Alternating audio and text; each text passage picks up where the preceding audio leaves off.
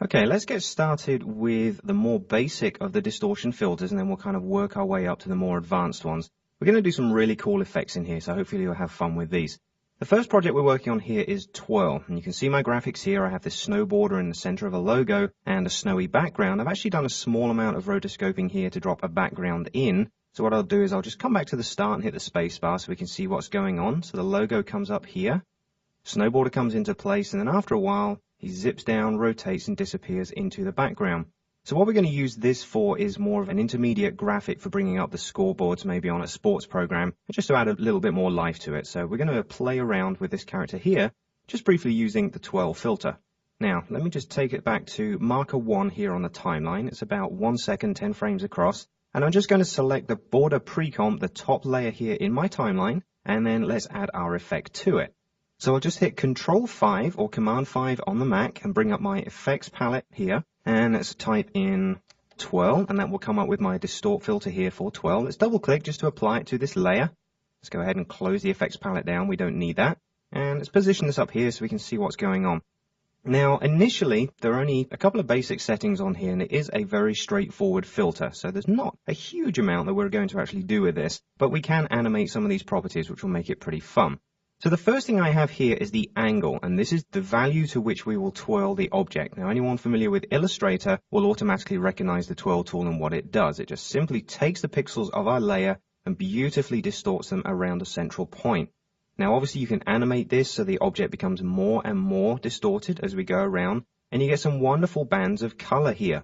I actually use this filter for background creation. If I just want a pattern in the background that's got good blends of color and everything, sometimes I won't go to the extent of creating that. I'll just take a photograph, maybe apply a blur to it, and then apply twirl to it and just mix those colors together. And obviously you could add multiple twirls, one on top of the other, if you wanted to move them around. Now also here we do have the center point. You can see the icon here in the center of my window, and if I drag that around, that will drag the central point of the twirl. You see as I drag it further away from my original object, the effect and its radius, you can see that circular area around the outside, do form and distort whichever part of the graphic it's going on. In this case, most of the graphic is on a transparent background, so you get these pretty cool swirly effects. And if you simply applied a couple of animation keyframes here, you'd get some rather nice trailing effects to move across the screen. Now, this isn't the effect that we're looking for, so I'm just going to undo that and bring up my effects palette again. Now, the twirl radius is pretty important. That is the overall radius which the effect is going to have on the layer that we're working on. A lot of people think, well, I should probably set that up to 100. Okay, now if I drag that up to 100, you'll see the distort effect has actually lost a lot of its settings. That's because the overall radius is now right outside here on the composition and doesn't have as much focused effect on the central point. So what I would recommend is the twirl radius probably doesn't want to be more than the layer that you can see. What I mean by that is if I start to drag down too low, you'll see that I'm only focusing on a central part of the layer.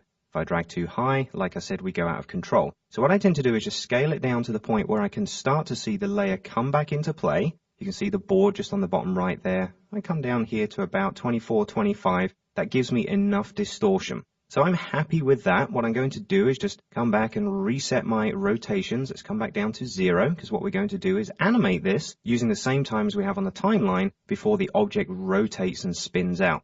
So at the moment we are still at 110 on our timeline. That's where our first marker is. If you do check in the timeline, you will see that. Let's go ahead and click on the stopwatch for the angle. So that will apply it at this point. I've actually got 1 degree in here. I'm just going to tidy that up, just change that back to 0 so we know we're dead straight. And then what we'll do is let's move the timeline along to the second marker, and I can tell you that's at exactly 2 seconds, because beyond there is where the character then starts to spin out towards the background. So move your time cursor along to 2 seconds, and then decide how much you want to apply the twirl. I'm just going to go for a full turn, 360 degrees. Now you'll notice that it's snapped in at the top there. What I'm doing is just like we've done in previous filters that do have an angle setting. Hold down the Shift key as you come towards an angle. It will constrain it to 45 or 90 degrees. Perfect way to keep everything tidy. So just a quick backup now. You'll see as you go through the timeline back towards 1 and beyond, the character comes into play. He hits here, starts to twirl, and then at this point, he starts to then rotate, which kind of emphasizes the twirl effect a bit more, even though the twirl is not being increased at that point, and then spins down. But what you will notice is as he gets smaller, it's almost like the twirl effect is losing itself, and we're actually ending up with the original graphic almost before it disappears out of view. Well, the reason for that is the twirl radius, the one that we set to fit just the size of the layer itself, is still staying this big. If we take the layer and reduce it all the way down, the effect is not as strong. So you might want to also animate the twirl radius. Let's give that a try. Back up the timeline to 2 seconds, the point at which the rotation and the scale are then going to start playing, and then just add a keyframe here for the twirl radius. So it's still at 25 up to this point. So between marker 1 and marker 2, we don't have any change in radius, just still the original twirl amount. But then move the timeline to about 3 seconds here, and then take the twirl radius and slightly decrease it. And you'll see as I do, I'm pulling back the amount of twirl because the overall value is now down to 8. It's like 8% of the original layer. So I've basically taken the outer radius from here to here. And as we back up through the timeline, you can see how that now follows our layer a little bit better. So it doesn't look like everything's kind of getting lost. Almost looks like it's all moving at exactly the same time. And even having the final point at 3 seconds there where the twirl radius reaches 8, that's pretty good to hold it in position. You see as I go beyond that to marker 3, you don't notice that the radius actually stops there. We get a good spin. Okay, so there's the twirl effect. What I'm going to do is just close this one down.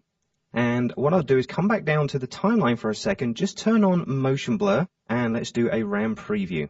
And you can see that as the logo jumps up, that has a nice motion blur effect applied. So does the character as he comes in off screen. And then as this twirl effect builds up speed, you see it also blurs out because the rotation and scale keyframes are having their own control over that. You see this pretty interesting little effect. In he comes, twirls around, very Austin Powers look where they jump into the time machine and disappear into the background. This is a real easy way to do it. And that's a pretty good description of the twirl effect. It's fairly simple, but used in the right place can give you some pretty cool and interesting results. And don't forget you could do this to type. Some great ways to distort type. What we're going to do now is have a look at a couple of filters that will allow us to distort type in 2 completely different ways. So let's go ahead and close this project down. And then from the project window, open the second one. It's called Bulge and Bezier Warp. Let's double click just to open that. And let's just first off hit the 0 key to do a RAM preview of this. Now you can see I've got a cool little animation here, 3D animation I created in Lightwave of this rather nicely designed corkscrew. This is for a German design firm that deals with kitchenware, as German design firms normally do. And what I've got is just this animation where I want to enhance the type a little bit. And I want to look at a couple of ways that I can do that. So what I'm going to do is just click and stop the preview. And let's just move across to somewhere inside the animation, wherever it needs to be, just so we get both elements in here. And then just select the word on its own, because this is the one we're going to apply our effect to. So once again, bring up the effects palette. Let's just highlight the last one in here. Let's get rid of that. And this time we're going to go for bulge. Let's type that one in. Double click to apply it to our text. Close the effects palette down. Let's just pull this window up here.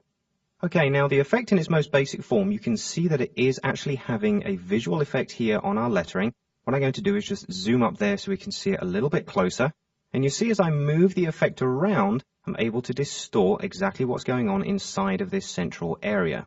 Okay, so all I've done there is just basically picked up the effect and moved it around the layer. So you can see this is a pretty cool distortion tool. Now, there's obviously a bunch of settings in here that we can apply. Let me just move the window up here a little bit. What we can also do, just to ensure our quality is good, let's change the comps quality up to full. You can always use Command-J or Control-J on the PC for that as well. That will allow you to switch the view. If you hold down the Shift key at the same time, you'll switch back to half. So just a couple of shortcuts there in case you weren't aware of them. F3 will bring back up my effects palette again. So let's have a look here. We have the horizontal radius and we have the vertical radius. Obviously, they affect the overall size of the area that is going to be affected. So we can make a very thin distortion or a very wide one. Bring that one back. And obviously, vertically, we can go the other way. And the more vertical you apply, you get this really nice cylindrical effect. And that's going to match our animation pretty well. This is one of the reasons I've chosen to use this filter for this particular shot. Now, I'll just pull it back down here for a second.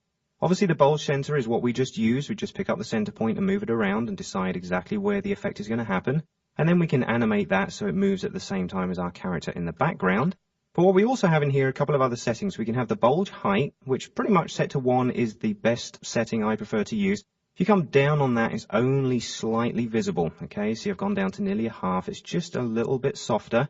But if you tend to increase up on that, your effect will get very distorted, and eventually, if you go too high, you'll start to get some extreme distortion here where the layer is almost being pulled back around itself again. You get some artifacts on screen. What you'll also notice that even though we're at 100% quality here, we are getting some distortion on the layers. You can only really affect them so far before they will start to lose their quality. So keep it within an area that you're quite comfortable with. Somewhere between 1 and 2 is pretty good. I'm just going to leave it 1 for now.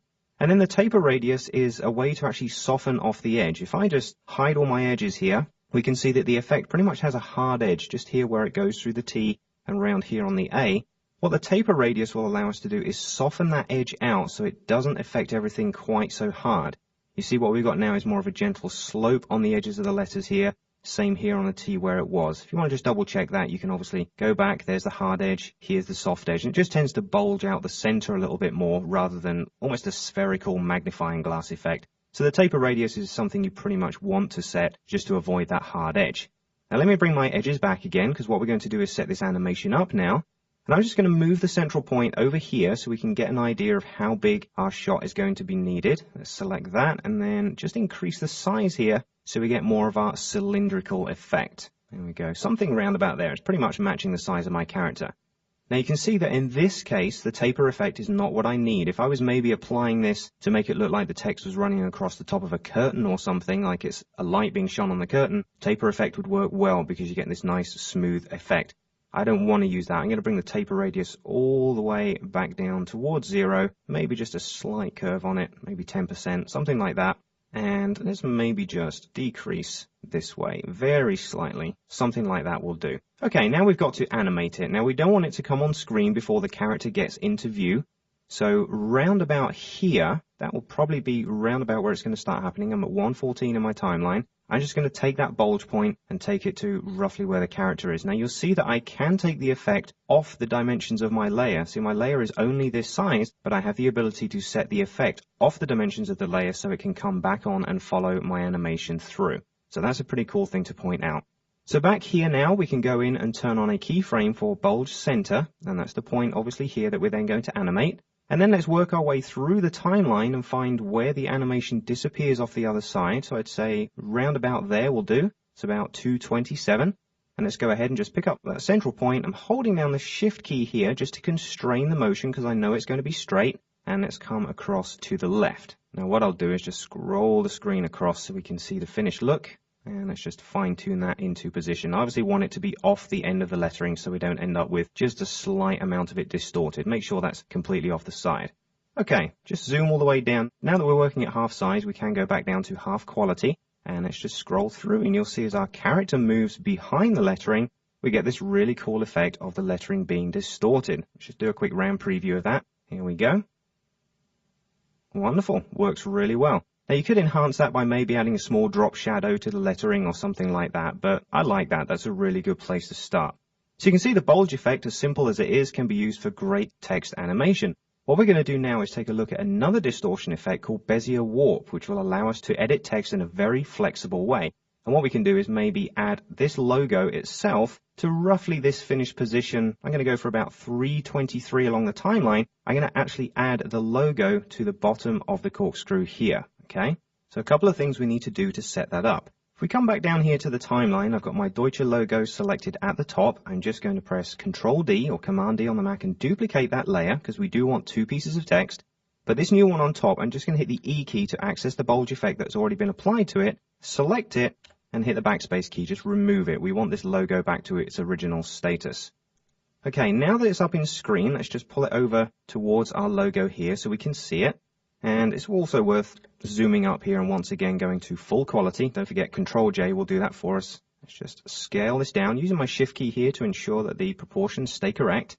And I'm just going to get it roughly into the size I might need it. Doesn't matter where it's going to be right now. I can always distort it afterwards, but let's aim for somewhere around here. Now, let's bring up the effect palette again. I'm going to type in BEZ to bring up Bezier warp. Let's double click and add that. And you'll see what we get is an effects palette that is just full of controls. There are a lot in here, but they all do very straightforward things. It's not as cumbersome and scary as a lot of people might think. Now what we end up with is a selection area around our lettering. Once again, I'm just going to zoom up on this and see it even closer. There we go. Bring the effects back. And it has a series of control points around the outside. Now, if you've already played with the corner pin filter, which we have used in some of the motion tracking sequences, you'll know that the corner pin gives us 4 corner points that can be used to perspectively distort objects just to suit flat elements. So we can take a logo and kind of put it on a billboard or on the side of a building or something like that. The difference between that and Bezier warp is the Bezier warp, as well as giving us the corner points, is also giving us tangents or distortion handles that apply curves between each of the points. So you still have 4 main corner points, top left, top right, bottom left, but we also have tangents to affect both sides of those. You see I can pull up this logo side here, and then I have 2 points on the side. Obviously the top one here is for the top right hand point. I can pull that one in. This one here is for the bottom right point, and I could pull that one out. And you see here it's a pretty powerful distortion filter. Great for text, but can be used for many other things as well. What we're going to do is just try and get this to look a little bit more like it's on the bottom of my logo. So let me just bring up the effects palette again. I'm just going to go ahead and hit reset just to turn everything back to its original status. And if I wanted to, I could apply stopwatch keyframes to all of these just simply by clicking and dragging. If you do want to animate it, obviously, feel free to go ahead and do that. Move along in the timeline and make changes. For the moment, I'm just going to set this up to match our 3D shape. So let's take our bottom point first. Let's pull it around here. That one's pretty much where it needs to be. Then what we can start to do is pull the Bezier handles around, kind of bend this so it fits more around the base. Now you'll notice if you make the handles a little bit off-sided like this, the text does tend to slant across and form towards that right-hand side. So you do need to try and keep things as even as you can if you want to keep everything fairly straight. So it does take a little bit of getting used to is exactly how this filter works. Now height-wise, I'm okay with that. What I might do is just gently pull these ones down and bend them in slightly, because don't forget this object is curved around the side as well. Same on this side if I need it to be. What I'll do first is just take this top point and let's pull it up a touch. Okay, and then just tweak these ones down as well. Let's get it somewhere in the right direction. Let's pull over this side so we're not getting so much distortion. Then we can always bend in slightly on these right-hand points if we want to. Okay, now if we want to at any point, we can always hide all the edges and see exactly what we've got. And it's a fairly close match. You can always go in and fine-tune things. But there's just one more thing I want to point out here as well, which will certainly help you when you're trying to edit these points. Let me just bring back the effect controls. You'll see here that each particular point that's referenced here in the effects palette also has a crosshair. Okay, now most filters that we've used inside of After Effects that have position properties do have these available. And what you can do just to fine-tune position of things like a pixel at a time, you can use these instead of coming onto screen, clicking and dragging, because inevitably you click and drag, there's a slight pause, and then before you know it, you've jumped 4 or 5 pixels, maybe even more, and then you have to come back into position. If you just want to nudge things a pixel at a time, use these instead, and it's very easy to do. Let's say I want to take my top right-hand point over here and just nudge that around. So I can see, let me just get the right name here. Let's expand the palette. Okay, so here's the right top vertex. If you're not sure which point you're actually selecting, the crosshair will do that for you. Let's say we click on here, top right tangent. That's not the one I want. You see that's picking up this point in the main center here. This is the handle for the top right hand one. It's not the one. Let's just click to turn it off. Come back down, right top vertex. That's the one that I want. You see the crosshair gives me that reference point. Now that it's selected, I don't have to move my cursor outside of the box here. If I do, it will move the point that I'm trying to adjust. But if I just use my arrow keys on the keyboard a pixel at a time, you can see that I'm able to nudge that point up and down. See, I'm going left, I can go up. If I did use my shift key as well, obviously I'd do 10 at a time as opposed to 1 pixel. But you'll see for every move, it's also giving me a value readout over here. So it's pretty cool. And then when you've got the amount you want, just hit the enter or the return key, and that will apply that change, and you see that point just moved itself up a couple of pixels there, whatever I specified, and this is a great way to fine-tune the points that you have around the outside. So do bear that in mind. This filter is particularly cool for doing text, but also quite cumbersome because you do have 12 points here, which you may need to individually adjust. If you try and keep things very easy to edit and effect, use the nudge tools. They're a great way to work. Okay, so we've seen a couple of cool ways of distorting text. I'm going to go ahead and close down there. Just zoom back out. What we're going to do now is look at ways that we can distort footage, especially warping and then eventually into morphing techniques, which is something a lot of people like to come to After Effects to try out. And I'm going to show you exactly how to do that. So first, let's close this project down and come back into the project window, and let's open project number 3, which is called Ripple and Mesh Warp. Double click to open that, and then we can see what we've got. So if I just hit the space bar and just do a quick preview of this, you see all it is a movie playing in the background of a woman smiling. And I've also motion tracked this small running company logo just onto the chin, just for a laugh, just kind of makes it look a bit more interesting rather than being static. what we're going to look at are a couple of ways that we can distort footage as well as text using a couple of different filters. So let me come all the way back to the start. If we come down into the timeline, you'll see that layer 3 here is called Ripple Adjustment Layer. It's also got the adjustment layer icon here, so you know which one it is. Just go ahead and select that one. We're going to apply a filter to this, which will obviously affect every layer that's beneath it, which will be the tracker null object, which doesn't render, so that doesn't matter. But more importantly, the smile movie, which is right here at the bottom. Okay, so make sure that one's selected. Let's come back up to the composition and bring up our effects palette. And this time we're going to hunt out an effect called Ripple. So here it is, Ripple, double click, add that, close down the effects palette, and now bring up the effect controls. Now at the moment we don't really see anything, there's nothing going on in the scene. If we hit the space bar, we also won't notice anything, okay?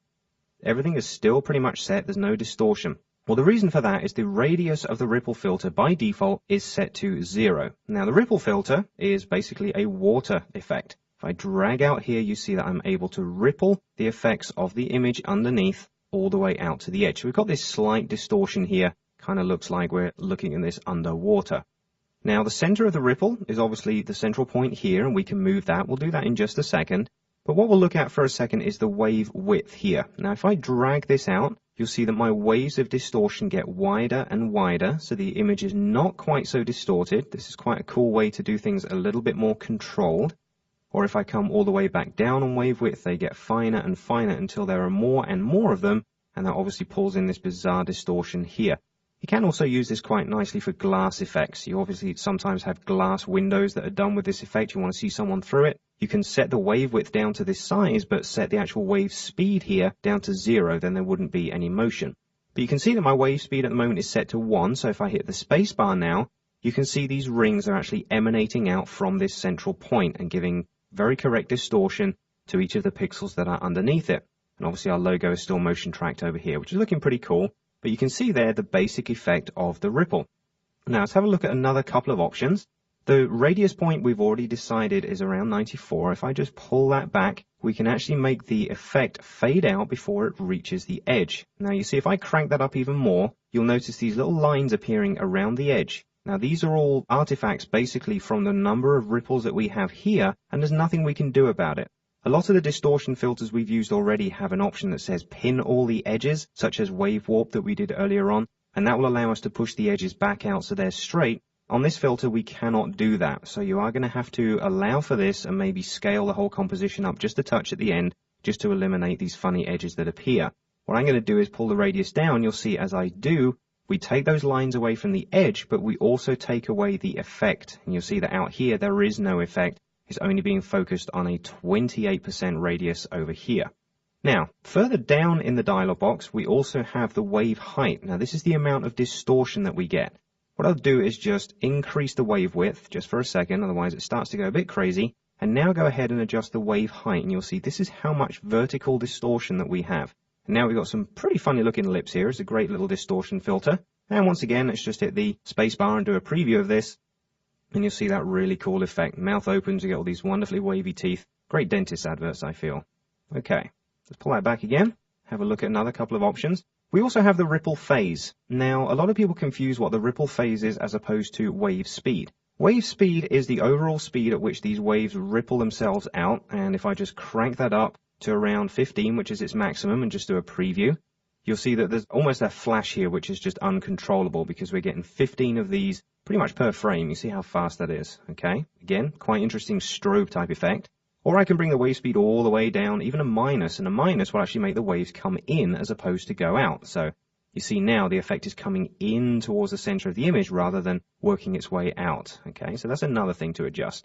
What I'm going to do is set that down to 0, because the ripple phase allows you to basically time the ripple yourself, because you might want a fast ripple forwards and then a slow one back, and you want more keyframe control. Basically, the ripple phase as you drag it does your own amount of ripple to your own keyframe setting. So if we were to work our way backwards, that works its way out, and we could keyframe this as many times as we want, maybe over a few frames. Then we could apply a nice ease-in keyframe to that and then send it round the other way.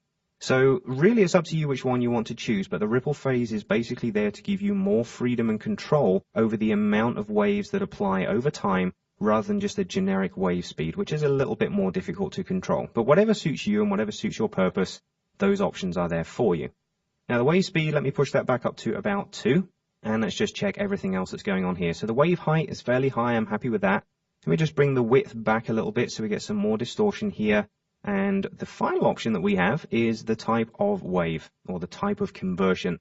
At the moment it's asymmetric. We also have a symmetric one, which treats them more like you're actually looking at a head-on view of these waves. Again, if we just hit the space bar, you see we're looking straight the way down. This looks more like the wave world and caustics filters we were looking at earlier on in the evolution set of the training, and it does actually give a slightly more pleasing result. I tend to prefer this one. The asymmetric one almost makes it look like we're looking at a slight angle, and depending on the footage you're applying this to, you will see that effect more noticeably. Obviously, one more thing I wanted to show you was the central point. If you want to, just go ahead and pick that point up and move it around the screen. And again, watch out for those edges. Make sure you keep within that or scale the layer up afterwards. But you'll see as you move it around the screen, you can obviously distort as many different parts as you want. And obviously, add keyframes to that, have the effect move its way across the screen. So that is pretty much what Ripple is about. It's not an amazingly brilliant filter. It does do a standard job and does it fairly well. My preference is, however, to use the wave world and caustics filters if you really want to get a true water type effect, because obviously you've got full control over the waves, their motion, the shape of the waves, and then things like how it renders, how much it distorts the background, if there's anything reflected in it to make it look like deep water or shallow water. There is an infinite amount of things that you can do to it. So if you really need a water effect and you're looking for something more realistic, I do recommend using those evolution filters. Just for very basics, the Ripple does a pretty good job. Now what I'm going to do is just delete that ripple effect. Let's get rid of it, close the effects down. Because what we're going to do now is deal with some distortion using the mesh warp filter, which is really, really fun to do. So this time we're actually going to select the movie of the face itself. So let's come down to the timeline now and select this top layer here, layer number 1. And it's actually a pre-composed layer of a couple of lines of text moving across the screen. Now if you hit the T key to show the opacity, you will notice I've got it set down to 0 at this point. We're going to use this for animation in just a second. Now I've set it down to 0 because I don't want it to interfere with the animation we're doing at this point, which is on the face. So just so you know exactly what's going on there, and when we come back and select it, you'll see why I've got it set to 0. So close that back up. What we want to do is select the smile movie down here, because this is the first one we're going to animate, just to see what the effect does. We're not going to use everything that we do on this, we're just going to try it out. So select this one, come back up to the comp window, bring up your effects palette. Let's just highlight that, and this time let's type in the word mesh, and that's going to activate the wonderful mesh warp distortion filter. Double click to apply that to our layer. Let's pull that out of the way and close down this window. So what you'll see initially is we now have a grid of squares being drawn across our image, and the number of those is represented here by the rows and the columns. So what do these do? Well, basically it's a mesh, very similar to what you would have if you're doing a gradient mesh inside of Illustrator, where you'd assign each one of these a color and it would blend them together. Well, here, effectively, the color is the pixels you see in the background, and these mesh points, every single one of them is selectable and can then be pulled around and used to distort the image in whichever form that we need to, okay?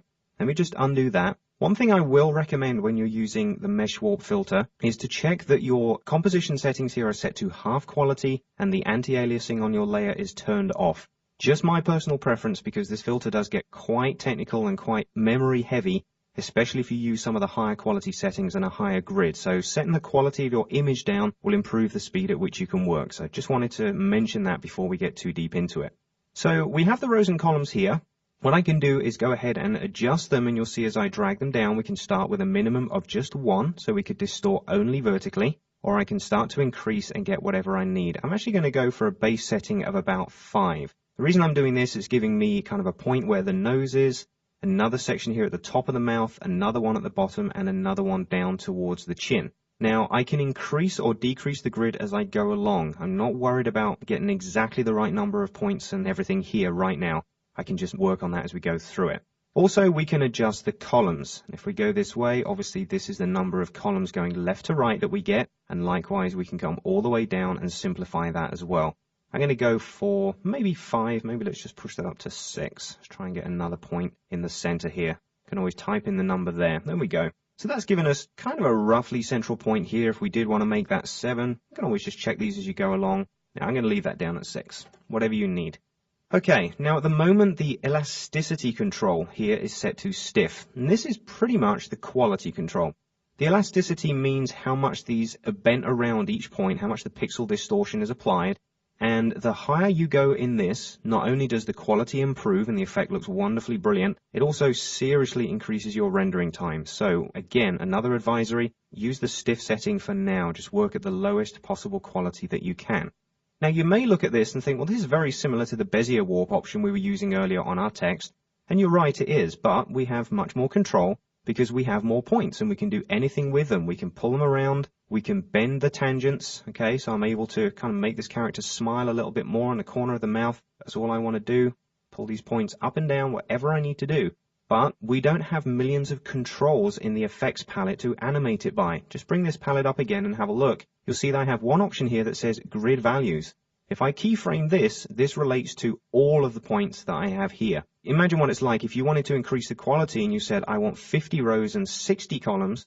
And if you had an individual control for every single one of those, don't forget it wouldn't just be every point, it would also have 4 tangents on each point as well. So you literally have possibly hundreds or thousands of points to animate.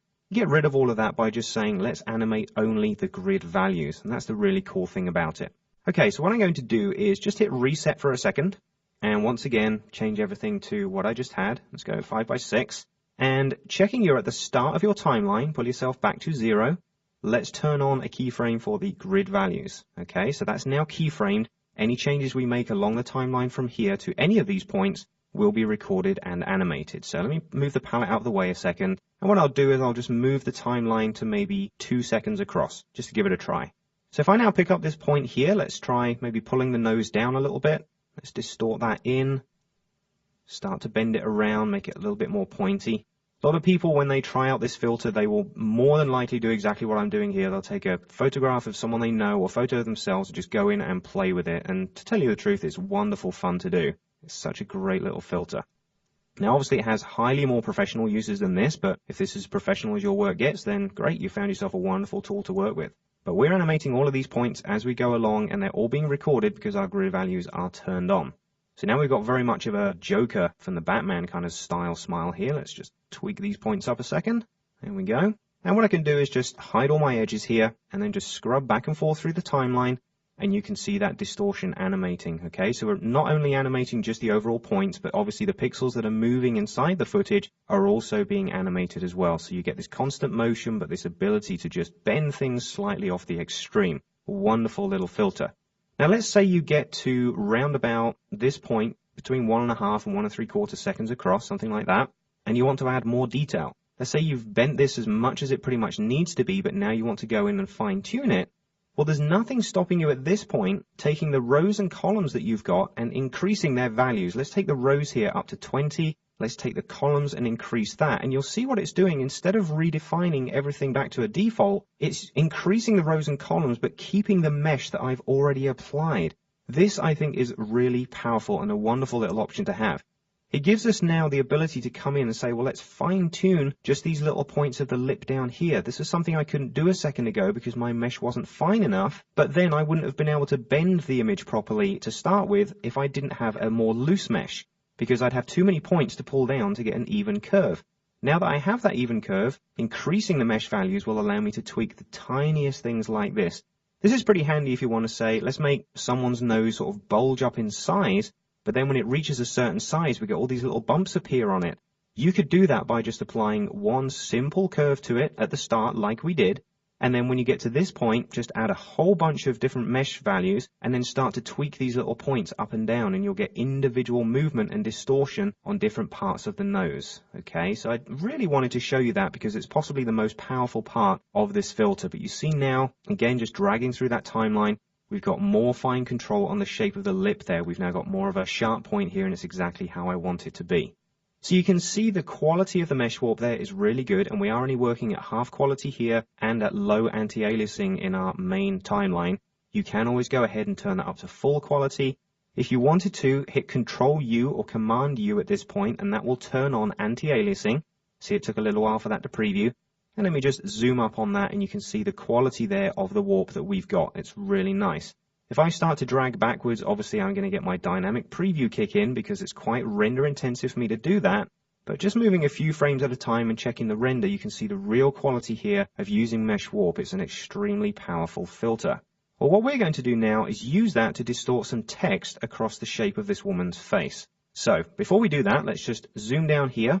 I'm going to change all my settings back again to half. If you want to turn the anti-aliasing off on a layer, you did Control-U or Command-U a second ago to turn the anti-aliasing on. Just add the Shift key to that and hit the same keyboard command and it will turn the anti-aliasing back off again. So we're down to kind of low quality. And then what we'll do is just bring up the effect controls for this layer. Mesh warp is highlighted. Let's delete it. Let's reset ourselves back because we're now going to apply the distortion to our text. So come back down to the timeline. Let's just move ourselves back to the very beginning here. And this time select our pre-comp, the one we looked at before. This is the one that contains our text. Okay, now if you want to, you can always open this and just check the animation. Let's go ahead and do that. Hold down the Alt key or the Option key on the Mac and double click this composition and that will open it. And just scrolling through the timeline there will show our two layers. We have Does Your Run comes in, it kind of moves very slowly. And then the second line comes in, and then the first one zooms off, and the second one kind of follows it. Okay, so this is the text we're going to animate moving across the front of our character's face. So this is a reason I've put it into a pre-comp. Because it's two layers, it's easier to add the mesh to the overall composition. That's obviously a quick way to do it. So I'm just going to take this back to the start, close this composition down, and come back to the previous one. Now you've still got that composition selected. Let's just bring back Show Edges so we can check everything is there. And again, we're going to apply the Mesh Warp effect. Now, a quick way to do it is to go up to the Effect menu and choose Mesh Warp here. This was the last filter that we applied. And you'll see it also has a keyboard shortcut of Shift-Alt-Control-E, which will also be Shift-Option-Command-E on the Mac. Go ahead and do that, and it automatically applies the same effect, but now I'm applying it to my pre-comp, which don't forget at this point is transparent. So once again, let's set our rows and columns to what we had before. Let's go 5 and 6. That served us pretty well previously. And we obviously should turn on the grid values. Well, actually, we don't need to turn on the grid values because we're not going to be animating this effect. If you really wanted to follow it closely, obviously the character has some movement in the background. You might want to bend the mesh so it kind of follows the position of the nose or the corner of the mouth. We're going to keep this as simple as possible. If you want to add grid value keyframes, you can always do that at the end.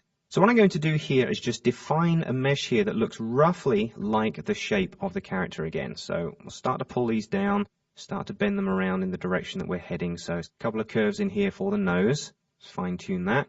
And the same for the mouth. So I'm going to pull these corners down and just bend them out. Now the reason I set all the transparency values for this layer down to 0% is purely because it's then faster for me to work with. If I had the text in screen as I'm doing this, then obviously it gets a little bit slower because you'll see all the distortion taking place as I play with this. If I know which direction I'm roughly going in here, I can set this up a little bit faster without having to worry about it. So I'm just working through it a little bit faster by having these settings. So this is given a starting point, not too bad. Let's just maybe fine tune some of the chin points here. Just in case the distortion or the position of the lettering does come down this far, we obviously need to allow for that so it doesn't look too bent out of shape. Okay, there we go. So maybe just curve that round a little bit there. Okay, that's not too bad. Now what I'm going to do is just jump back down to the timeline, hit the T key to turn on the opacity, and now crank that all the way up to 100% because now we're ready to use it. If we come back up to the main window now and just scroll through the timeline, we'll see as our text comes into view, it now beautifully distorts itself. Great little shot of the upper lip there. We've actually bent that text to fit down on the upper lip between the nose and the lip. And then our text really coolly distorts itself through the center of the smile here. Let me just come back to where both of them are pretty much distorted. That looks good. Let me just hide all the edges there so we can see everything. So you can see that it's a great way to do that. If you wanted to, you could just tweak your opacity back down a little bit so it almost looks like it's a light that's being cast on the skin maybe, so you see some of the effect through the skin. But what I'll do is just run a preview of that so we can see it as it comes through. There we get our distortion. And obviously partway through this lettering slows off. Kind of looks like a milk moustache at that point. That's kind of funny. And our second line will come across here as well. Let's just check that. Distortion does take quite a time to render. And don't forget we are working at lower quality here. So you can see what I mean about setting all the preferences as high quality as you can at the very end. Purely because working with it is going to be much, much faster. Okay, I'll just preview those first few seconds so we can see what's going on. Looks great. The mesh warp filter does a great job. So you can see that we've actually applied it to the background for fun, and you can do great facial distortion. You can also apply it to any elements. It could have been the logo here, but we did it to a pre-comp with just some text in. It does some great distortion effects. Don't forget that at any time, you can bring back up the effect controls for the layer and go in and adjust the number of grid portions. Okay, increase that quality, and then you can fine tune. So you could always zoom in and check whatever's not exactly right. So if we come through here a bit, we can decide, well, this is getting a little bit squashed here, so let's fine tune these and pull them back up. But if I'd have done that before, the mesh points that were around here were pretty much one point in the center of the mouth and another point up here. This distortion would start affecting this text. By increasing the mesh, I then have individual control over these little points and can make those fine-tuning options that won't affect the rest of the animation. So now we can pull that back out and look a little bit better. There we go. Just zoom that back down. Again, hide all edges just when you want to see everything a little bit clearer, and you see how much control we now have over that. So you can see these filters have been good for certain functions. What I have briefly touched over here is facial distortion using a mesh warp filter. What we're going to do now is look at doing something that's a little bit more in detail using a morphing technique. Now, After Effects doesn't have a specifically dedicated morphing filter. There are third-party companies out there that do make them and distribute them. What I'm going to do is show you what After Effects does have, which is the reshape filter and some clever masking techniques to achieve a very interesting little morph. So once again, let's finish up with this project. Let's close it down, and this time go in and open up project number 4, which is Reshape Facial Morph. Double-click to open that, and then we can see what we're going to work with here. Okay, so if we do a quick RAM preview of this first layer, what you'll notice is just a standard video clip of a lady's face, and this is from one of the Artbeats collections as well. Now, when this preview's back, you'll notice something quite interesting about the motion of the clip. Here we go. It kind of looks like we maybe stuck her nose to a piece of glass and we attached the camera to that piece of glass, because you can see that her nose is perfectly still and the outside is moving. Kind of an interesting little camera view, sort of things that you see sometimes on pop videos or whatever when you've got a camera that's following a car, but it doesn't appear to be attached to the car, that kind of thing. Well, all I've done is to make the morph effect easier, I've motion stabilized the nose of the character. The reason I've done that is because if there's too much facial movement between this and the layer that's beneath it, we're going to see a lot of differences. So by at least locking down the position of the nose, the position of the eyes and the mouth only move a slight amount. The head around the outside is going to move more, but we're going to mask that out. So there's just a little technique that I wanted to tell you about for making sure things match a little bit easier when you go to morph them. Now, likewise, if I just turn off the top layer in this animation, we now have the second character, the male character that we're going to morph into. And once again, another preview on there, you'll see the same thing. And slightly more noticeable in his case, you can see that the nose is locked down and we get this kind of interesting effect where it really does look like we sort of told him to lean up against the glass and we actually put glue on there and stuck him to it. So this is a good way to lock down. Now, also what I did, if I just turn back on the lady layer at the top here, you can see that I've also moved around the rotation and position of the layer. This one's actually been rendered, so it's finished. But when the original movie was here, the character's shoulders were straight, it was slightly smaller, and basically the difference between this and the layer beneath it was too extreme. So what I did was preset this layer so it was larger, it was slightly more rotated. And if I just show through transparency on here, you can see that I've got the eyes and the mouth to match fairly closely by doing that. So what I'm doing is just giving myself a few extra steps here in preparatory work, but it's going to eliminate a lot of the problems that I might encounter when doing a facial morph. So a couple of things there that you really might want to try and ensure that you have set before you go ahead and tackle a project like this. Now, like I said, we're not using a dedicated morphing filter here, so the finished effect is not going to be perfect, but you will see a great improvement in the type of morphing that you can do in After Effects. This is a really fun little project, so let's dig in and give it a try. The first thing that we're going to do is actually cut the woman's face out so it sits onto the background, because what we're not going to do, we're not going to morph the whole head here into the male head. We're actually going to take the face and do just a facial morph. So we'll actually have the guys outside, but it'll have two faces between which we're going to morph. So for that, I'm just going to do a mask. Now let me just zoom up here. Let's turn our quality onto full so we can see what's going on and get ourselves towards the top of the head here. Okay, what I'm going to do is just bring up my pen tool, which is the G key on the keyboard, and I'm just going to isolate an outer area of this character. Just give ourselves plenty of room, but without going over the edges, because we're going to use this as a general mask to completely add the face from the woman onto the man below. So let's come around here. Also, by doing this as just a facial morph, we're going to make the effect even more scary, because it's quite an interesting morph when you put a woman's face onto a guy's body. It's really quite scary. Here we go. Okay. So, wow, immediately we see our effect. We've done our original cutout here. Let me just zoom out a touch. There we go. Now, we want to make sure that we keep track of all the masks that we're working with here. We need to make sure that they're named correctly, that their order is correct, so there's going to be a lot of bouncing around between the actual mask preferences, okay? So, let me just come back to my cursor tool. So I'm going to come back down to the timeline for a second and just hit the M key to show me the mask that I've just drawn. Shows up here as mask 1. What I'll do whilst I'm here, I'm just going to extend out the length of this a second, just so we can check all our names are all correct so we don't miss anything. I'm just going to reselect mask 1, hit the return key and name that, and I'm going to call that one boundary. Now it's up to you what you name them, but the reason I'm naming them like this is it becomes very important when you use the reshape filter exactly what these masks are called. It's so much easier to put the effect together using preset names that are very easy to understand. Now you'll see that at the moment, if I just zoom up here a second, you'll see that the effect isn't looking quite right. We've got some very hard edges around here, and it may need slightly adjusting. Well, obviously the first thing we can do there is then feather the mask out so we get more of a natural blend between these two layers. So again, come back down to the mask, just hit the F key to show up mask feather, and just gently increase the feather to whatever value you want. You might find it useful to hide edges of the layer as you do this, just so you don't see the mask and you can see exactly what's going on. There we go. Now, about 12 pixels, I've got a good blend between the character and its surrounding background face. Now, on the left-hand side here, over towards the ear, it's looking a little bit fuzzy. That's because the mask is just a touch too big and too much of the face is kind of being copied over. So let me just click inside, click back on it to reselect. Sometimes we'll pick up 2 points when you do that. So if you want to, just reselect just 1 point, and then we can tweak that in. There you can see now I've got a little bit finer control. We see our hairline if we need to. That gives me a little bit more of a result. Okay, zoom back down on that, and let's do a quick RAM preview. So you can see what I meant about the motion stabilizing. We've actually locked in those noses so that the movement that goes on around the outside, which in these two cases is fairly similar anyway, is a little bit more alike. Okay, so you're not noticing so much facial shifting. It really does look like this face is part of that background. So if you want to add more camera movement to it afterwards, you can always use the camera shake technique I used in the wiggle lesson earlier on. That's a great one to use as well. So try and stabilize everything you can up to this point and then add the camera motion afterwards. Now obviously around the neck here, we could tidy that up. There's some shadowing here. We could readjust that. I'm going to leave that totally up to you. I'm not concerned about that. I'm concerned about how we morph one face into another. So let's give that a try. So what we'll do is come back down to the timeline. You can see here I accidentally selected my background layer. So do make sure that we're still working on just the morph woman's face here.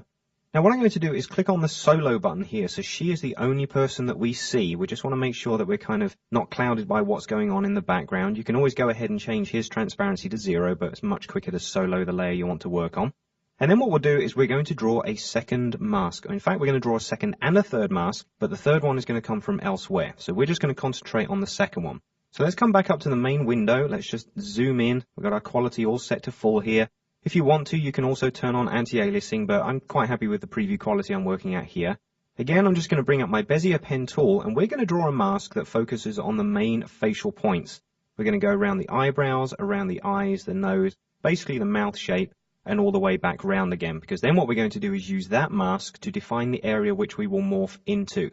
So we're basically going to aim for the most obvious points of the face, the eyes, the nose, and the mouth. Things like the cheeks and the chin, they can be done additionally afterwards. You can do it with the mesh warp filter afterwards if you wanted to, or you can even draw multiple reshape masks. But again, we're just going for the basics here.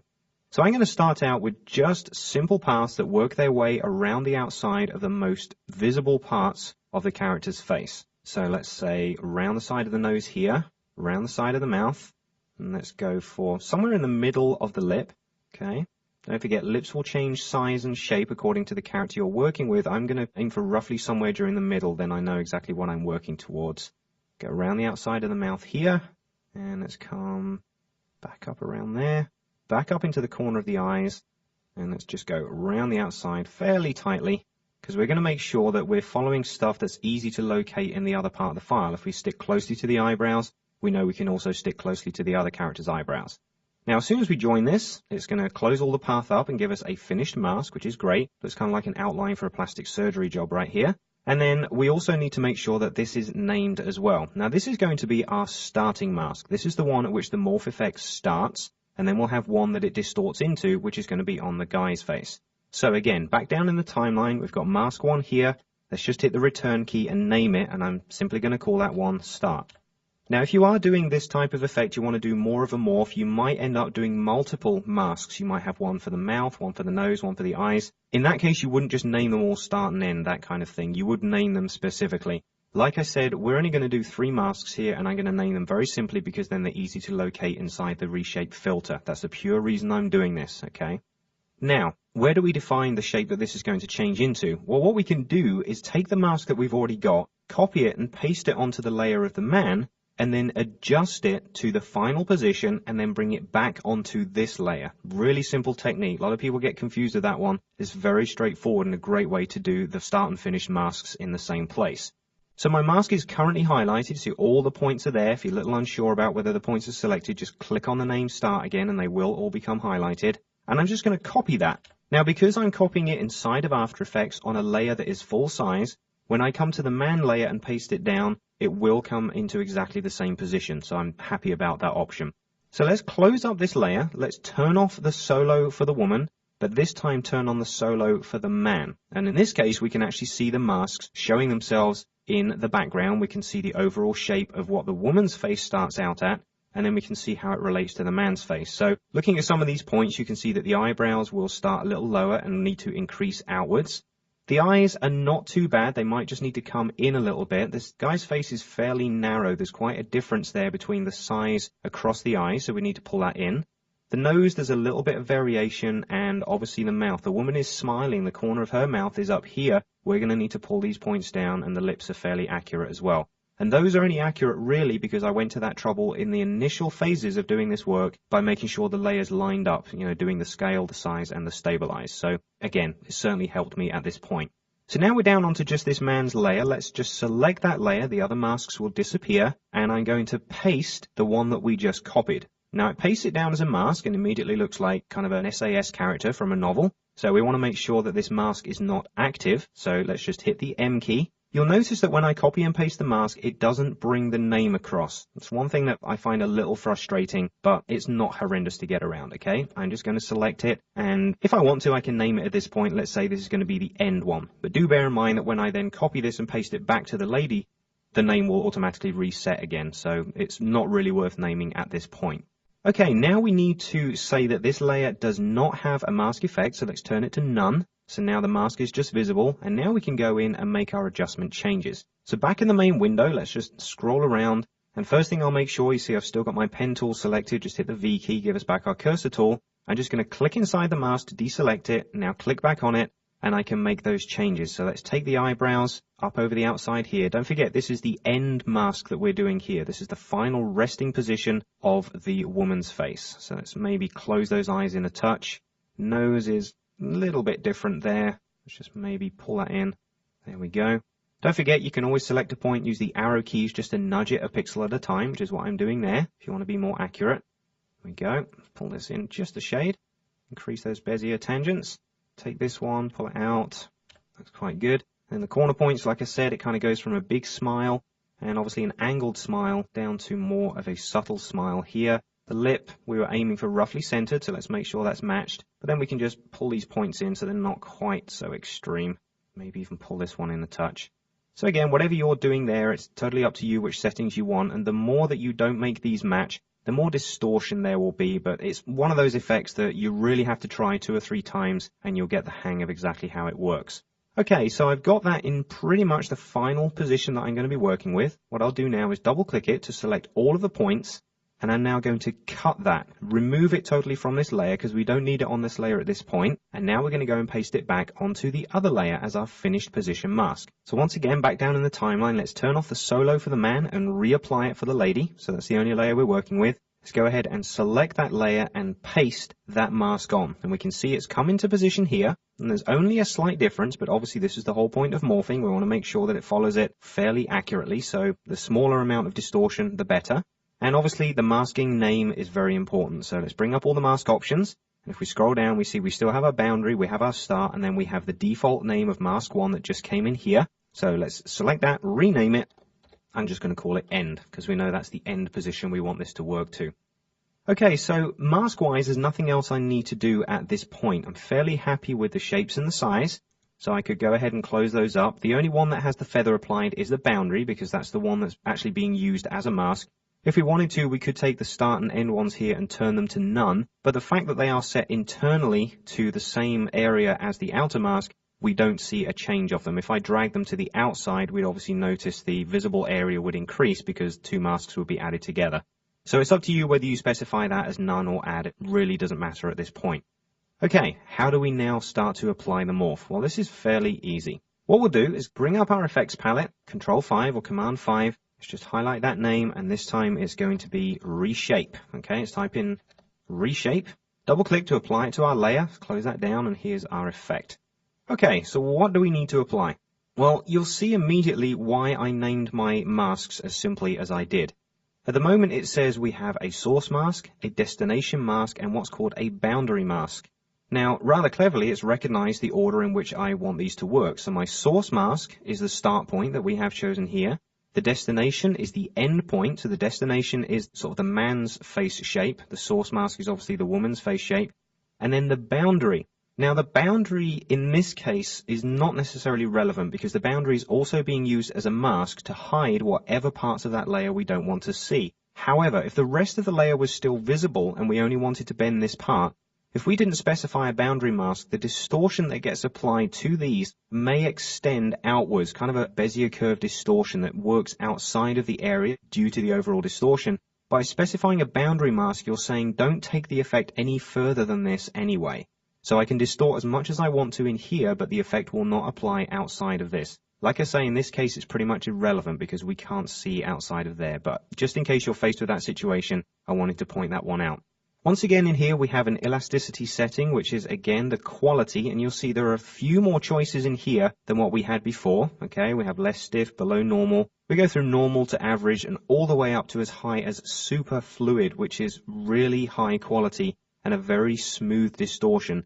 As soon as you turn that on, I can probably guarantee at least 4 times your rendering time just per frame. So once again, when you're working on this, let's say stay with a close, stiff quality that works a little bit quicker. You also have an interpolation setting here as to how the effect is applied. You can say it's linear. Discrete is a little bit more odd to describe. It's kind of a mixture of the two. But smooth is a way to apply ease in and ease out effect. A lot of people think that when they apply the keyframes here to the percentage value of how much is going to distort, that if they then take those 2 keyframes in the timeline and apply ease into them or easy ease to them, it will actually smooth out the speed at which the morph takes place. It doesn't. The morph will still stay linear regardless of the values you apply to the keyframes. If you want the motion to start a little slower, increase, and then come down to a slow again, you need to specify the interpolation as smooth. I'm going to go ahead and choose that because that's definitely what I'd want to do if I was doing a facial morph. I don't want it to appear linear, that all of a sudden an eye is one shape, becomes another shape, and there was no smoothness to it. So that's one you might want. Now, correspondence points, I'm going to point this one out in just a second. What we're going to do is just try the percentage. So if I just click and drag on here now, you'll see as I start to drag, you can see the pixels inside the eyes there are starting to distort upwards. The mouth is starting to curve and work its way down as we increase. And you'll notice, obviously, with dynamic resolution turned on, we're only seeing low resolution versions of this, and I don't mind that. It certainly keeps things a lot faster. All the way up to 100, and now you can see the type of distortion that we're getting. The mouth has completely changed shape. The eyes have stretched up, so the eyebrows are here. Also on this side, there's a little bit of distortion there that we can fine-tune. And the nose has also slightly widened around here, which looks very much more like the shape we have below. And that's because what After Effects Reshape is doing is it's taking the information that was in the start mask and distorting it to fit inside the destination mask, but don't forget using the boundary as an outside. So the distortion around here is not too much because this is kind of holding it all in. It's kind of like a life preserver around the outside here. So the animation between percent, you could obviously apply keyframes to, so maybe we should go ahead and do that. Let's take it all the way down to 0, start down at 0. And what I'm going to do is on the timeline, I don't want to start with the morph effect immediately. I want to see the lady's face for a little while, then see the morph, and then see the guy's face. So I'm actually going to scroll across on the timeline to 1 second. Now there's a small marker on the timeline if you want to use that for reference, so we can see that marker 1 will give us that start point. And I'm going to go ahead and turn on a keyframe now for percent at 0 here at 1 second. Let's move across the timeline to 2 seconds across. You can see that here at the bottom of the composition window. And now let's crank up that percentage to 100%. Now don't forget, I don't need to apply ease to those keyframes because I have smooth motion turned on here. All right, let's give it a try. Let's hit the 0 key and do a RAM preview of this. Now you'll see that even the standard preview is now much more slowed down because it's having to calculate, even though the distortion isn't being applied before 1 second, it's recognizing the fact that it is actually on the layer. Okay, and here we go towards 3 seconds, and there's our simple morph. Okay, we've gone from one shape, stretched everything up to fit the next one. Now you'll notice a couple of rings appearing around the outside here. I don't have anti-aliasing turned on my layer. That's why we're still seeing some distortion. As soon as you turn all the quality onto full, you'll get a wonderfully finished result. Okay, well, let's try and put it onto the man's face background. Let's come all the way back to the start, come down to the timeline, and once again, down in the timeline, let's turn off the solo for this layer. Okay, then we can see both of them together, and let's do a quick RAM preview of that, just so we can see the motion. So we see the woman's face for that first second, and then we'll see round about 1 second, it starts to distort, and now kind of thins itself out just to match what's going on in the background. So just to see that little preview there of how it looks on the background. Doesn't look like there's any major distortion going on around the outside. That's because our boundary is doing a pretty good job of keeping it in check. But one of the secrets of doing a facial morph, obviously we could at this point just apply transparency keyframes, so just before this morph finishes, it fades into the one behind, you would notice quite a severe distortion because you'd see this distorted face then turning into the undistorted face below. So one of the secrets is to apply the same distortion in reverse to the character underneath, so that when you do a crossfade between the two, the guy's face is also distorting, but from the woman's proportions down to his own. So it's kind of reverse to what's going on here. She's distorting from her into his values. He's going to distort from her values back into his values, okay? It's a really easy thing to do. Just something you need to apply at the end just to make it a bit more convincing. So the way that we do that is again down in the timeline, let's hit the M key, bring up all the masks, and let's go ahead and just close them down. What I'm going to do is select all three of them just using the Shift key, and I'm going to copy them. Now by copying them into memory, I can then close it up, select the man layer, and paste those ones down onto him. Now, because the woman is transparent over the top at the moment, let's just do the same thing and solo the man so we can see what's going on there. And initially we have all the masks once again by default because we pasted them down. They've renamed, but they've also set themselves back to add mode. So I'm going to go ahead and just say none because we're not going to have any masking effects on the background. It's only the woman layer that has the boundary mask with a feather applying its transparency values. Once again, let's just deselect the masks, come in and name them so we know that this one again is called boundary. The next one we have here is the start point. This is the inner one, the smaller one, which is the woman's shape. And then mask 3, the outer one, is the man's shape, which is going to be our end point, okay? Now, that's what it was when we started the project.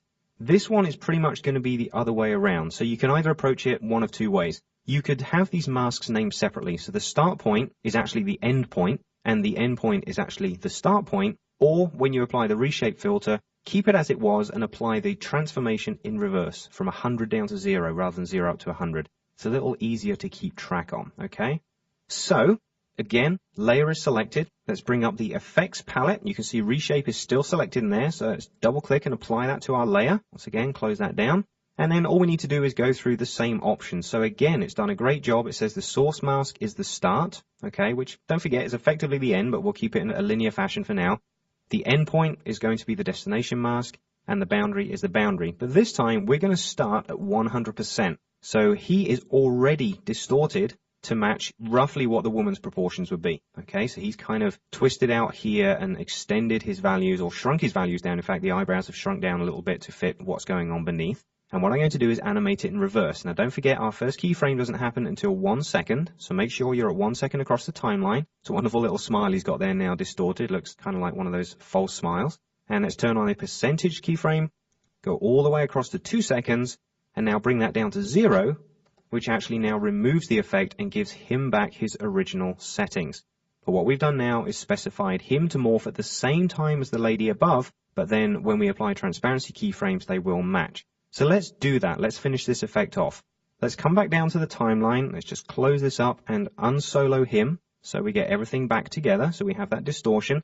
Don't forget at this point, the character looks very distorted. We are looking at 2 seconds along the timeline. We won't be seeing her face at this point. We'll be seeing his face, which if you do solo, is the normal version. Okay, this is the end. What we need to decide is where we do the transparency keyframes. And they're only going to be on her layer. That he doesn't need any. He's at the bottom already. So let's turn on transparency here.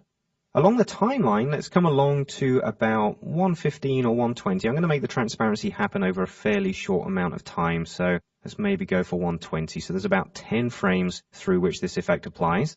And we have opacity set here at 100%. So I'm going to go ahead and just quickly turn on a keyframe for that on the left-hand side, hit the stopwatch, and then come to 2 seconds, and we'll just change that opacity value all the way down to 0. So just in that last 10 frames, let's just hit the space bar here. We will see a transparency fade. You see she's distorted out.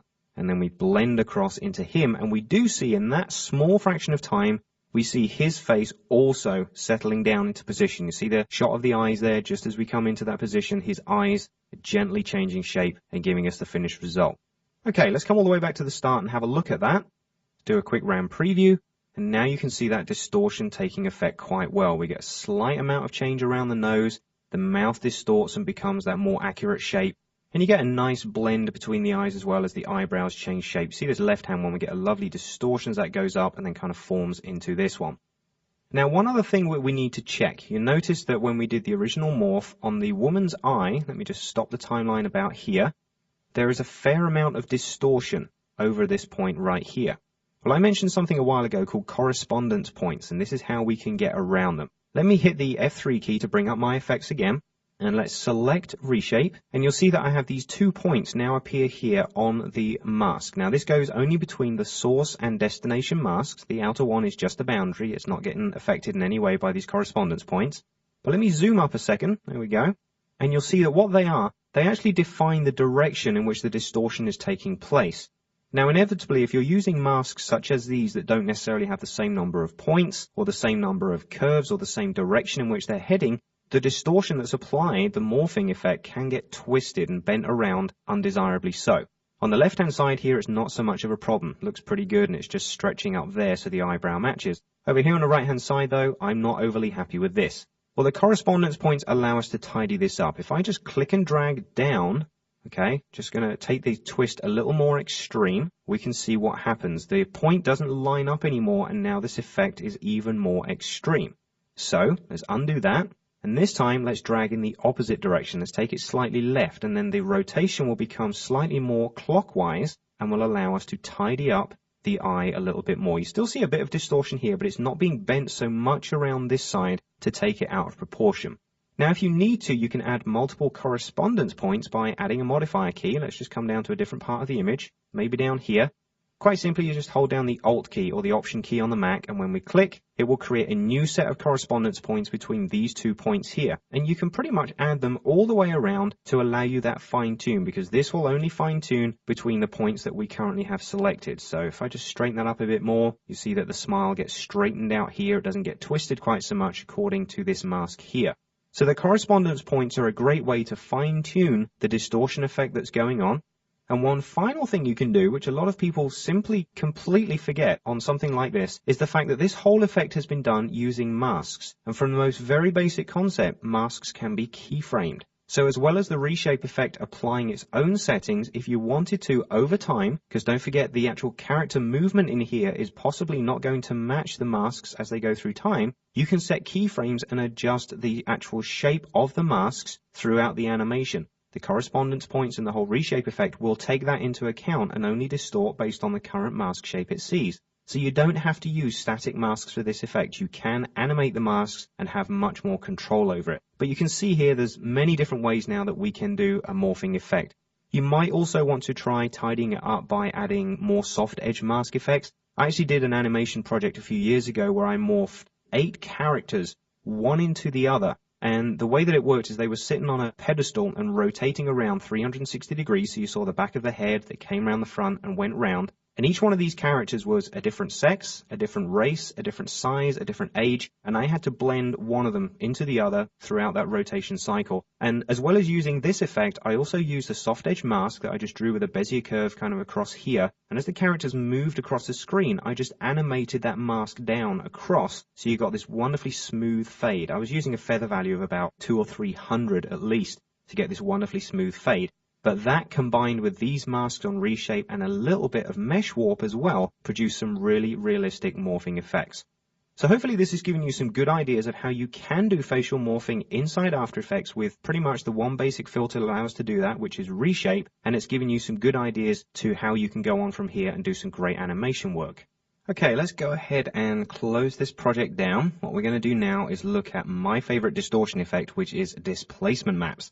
So let's open project number 5 in here. It's called Displacement Maps 1. Double click to open that and you should see this logo.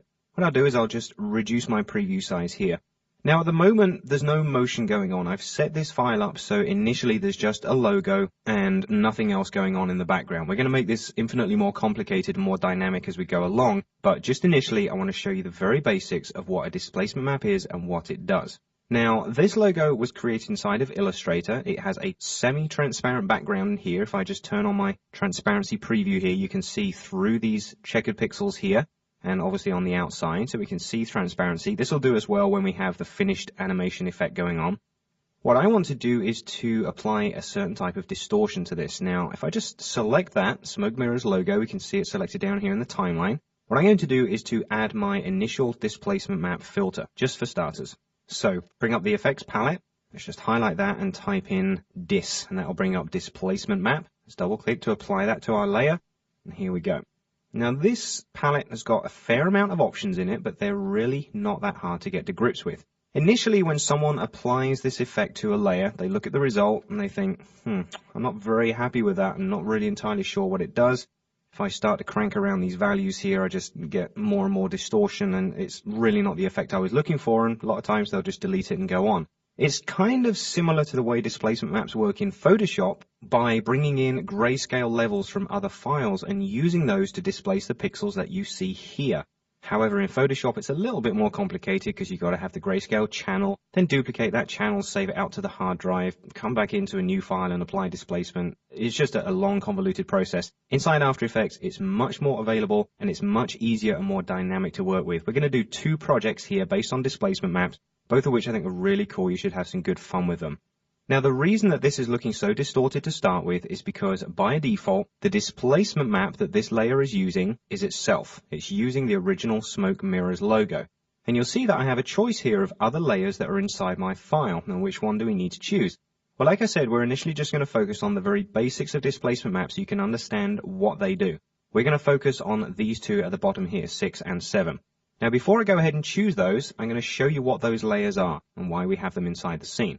If we come back down to the timeline and just scroll our way up, you'll see here those 2 layers, 6 and 7. I'm going to turn on this background one, the gray steps image. And you can see here, it's just a Photoshop file that's been made up with 7 different shades of gray. The one at the end here is 100% white. The one at the back end here is 100% black. And in the very center, it's exactly 50%. Now, you could use RGB grayscale values for this, so the center here could be 1/28 of all RGB channels. But I've just done this as a grayscale.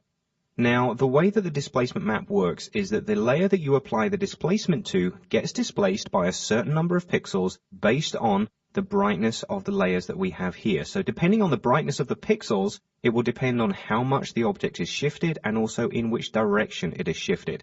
So this is why I've put this layer in here, just to give us an idea of how it's going to work. So for starters, let's say our displacement map this time on our top logo is going to be the image we're currently looking at, gray steps image. So let's go ahead and choose that. And you'll see now everything pretty much snaps back into its original place. Nothing really distorted there. Well, there is a slight amount, and you can see that's because we have a default of 5 pixels on the maximum horizontal and vertical displacements. If we go ahead and crank up maybe the vertical one here, you'll see as I do that, the layers shift more and more based on, don't forget, the color and luminance of the values here. So you'll see that the darker values tend to displace downwards and the brighter values tend to displace upwards. So this is a fairly basic example of it. You can see that quite simply this is what it does. And also if we take the horizontal one, we can go left and right. And just this in itself works pretty well with this project called Smoke and Mirrors. You can get some really wonderful mirror effects. The cool thing I like about the displacement filters is that the layer you're using to displace does not have to be visible. The reason I've turned it on is so you can see exactly what is happening according to the layers of color. We don't need this background image on. So just temporarily go down to the timeline and turn off the solo for that gray steps image, and that will leave just our original window. If we look at that again, we can now see that the effect is applied regardless of what's visible in the background. So this is what's going to allow us to composite different layers together using this technique. Now all the settings are still editable. There's no problem there. What we can do this time though is go and choose the next layer down, which instead of being a stepped gradient is simply a ramp that goes from black to white across a nice smooth blend. And as I do choose that, you can see we get a slightly different distortion. Because there are smoother levels of gray in here, the levels of distortion are also much smoother. And we are looking at this at half quality, so you will notice a little bit of stepping in there. Don't worry, full quality will adjust that. And likewise, we can go back in and adjust those settings. And you see, as I do, we get almost a skew, even almost a 3D skew, based on those grayscale pixels. And once again, the whiter pixels get distorted more upwards to the right, the darker ones down and to the left. Now, these are the basics of displacement map techniques. What we're going to do is use them for much more realistic effects, and you'll love these. These are really my two favorite projects. I'm going to reset both of these values back to 0, so there's no displacement. And this time, what we're going to do is activate a 3D layer. This is just for the original showing of how the effect works. We're going to work with the part of the animation now that we're going to achieve our final effects. So I'm actually going to delete the displacement map from this logo, close this window down, come down to the timeline, and now turn on the layers that we're going to be using in our animation. So I'm actually going to turn off the solo for the smoke and mirrors, and that will bring all my other layers into play. What I'll do now is just turn off the ones we're not going to need. So I'm going to turn off the top one that we were working with, which now leaves me this 3D one. You can see it's got a 3D icon over here, and this is animated as well. We also have a layer under here, which is an Art Beats movie of some clouds that I've also applied a blending mode to. If I just turn this on, you can see it's set to screen. And I also have an effect in here. If I just hit the E key, I have hue, saturation, brightness, and contrast because I've changed the color here. If I just turn off those effects, you'll see the smoke is very kind of white and pale. If I turn these on, they're very bright and yellow. It's going to match our background really well. And then I also have this gold glass movie, which is the one we see in the background. Below that, we have the two grayscale images we were just looking at. So again, just to save rendering time, let's turn those two off. We don't need to see those. Let's just scroll back up here. Now let's come back to the main composition and do a preview of this. I'm just hitting the space bar here, and it'll render nice and slowly. So you'll see the smoke, the RB smoke here had the screen mode applied, so its background transparency is all intact, and we just see the smoke composited over this background layer. Our 3D animation of the Smoke and Mirrors logo, really, really nice animation here and very simple to do. Plus it's high quality. This is an Illustrator file, so it can be bent around and distorted as much as you want in 3D space, and we will still keep the full visual quality of that. So what effect am I trying to achieve here with the displacement map? Well, what I want to do is I want to have this smoke coming up and not have the logo visible at all. As the smoke continues up screen, not only do I want the smoke to reveal the logo, i.e. use it as a lumimat, but I also want it to displace the logo. So the logo looks like it's being projected from kind of a desktop projector machine onto the cloud of smoke. So the logo will ripple and distort based on the luminance values of the clouds that we see here. This is such a wonderful effect. You're going to love doing this project, and it's a great one for title sequences like this. So let's start all the way back down at the very beginning. Back down in the timeline, go ahead and select the Smoke Mirrors logo 3D. This is the one to which we're going to apply a displacement map. Okay? Back in the main composition, let's bring up again our effects palette, and again, just double click our displacement map to apply it to this layer. Let's go ahead and turn that off. Okay, so here we are, back with the same settings that we had before. Everything's fairly simple. Once again, the standard displacement map is using the current layer, the Smoke Mirrors logo 3D. Let me just pull that over this side and we can see it. What I want to do instead is I'm going to tell it to use the clouds as displacement. Now by choosing that, you'll see that pretty much everything has gone back to where it was. It hasn't distorted whatsoever. And if I just scrub through the timeline here, you'll see that as we now see the smoke coming through, get it just on that right-hand side there, you can see the logo is now being displaced based on the pixels inside the cloud layer. But which pixels are we using? Well, by default, it's actually checking to use the red channel for the horizontal offset, and the vertical offset is set to green. What I want to do is just fine-tune that a bit more, and instead I can choose any of the channels that are inside that image. Most likely one I'm going to choose is luminance, because most of my displacement is based on grayscale properties, and don't forget the luminance is exactly that. It's the brightness and darkness pixels that allow me to displace. Same again for vertical, let's choose the same property, luminance.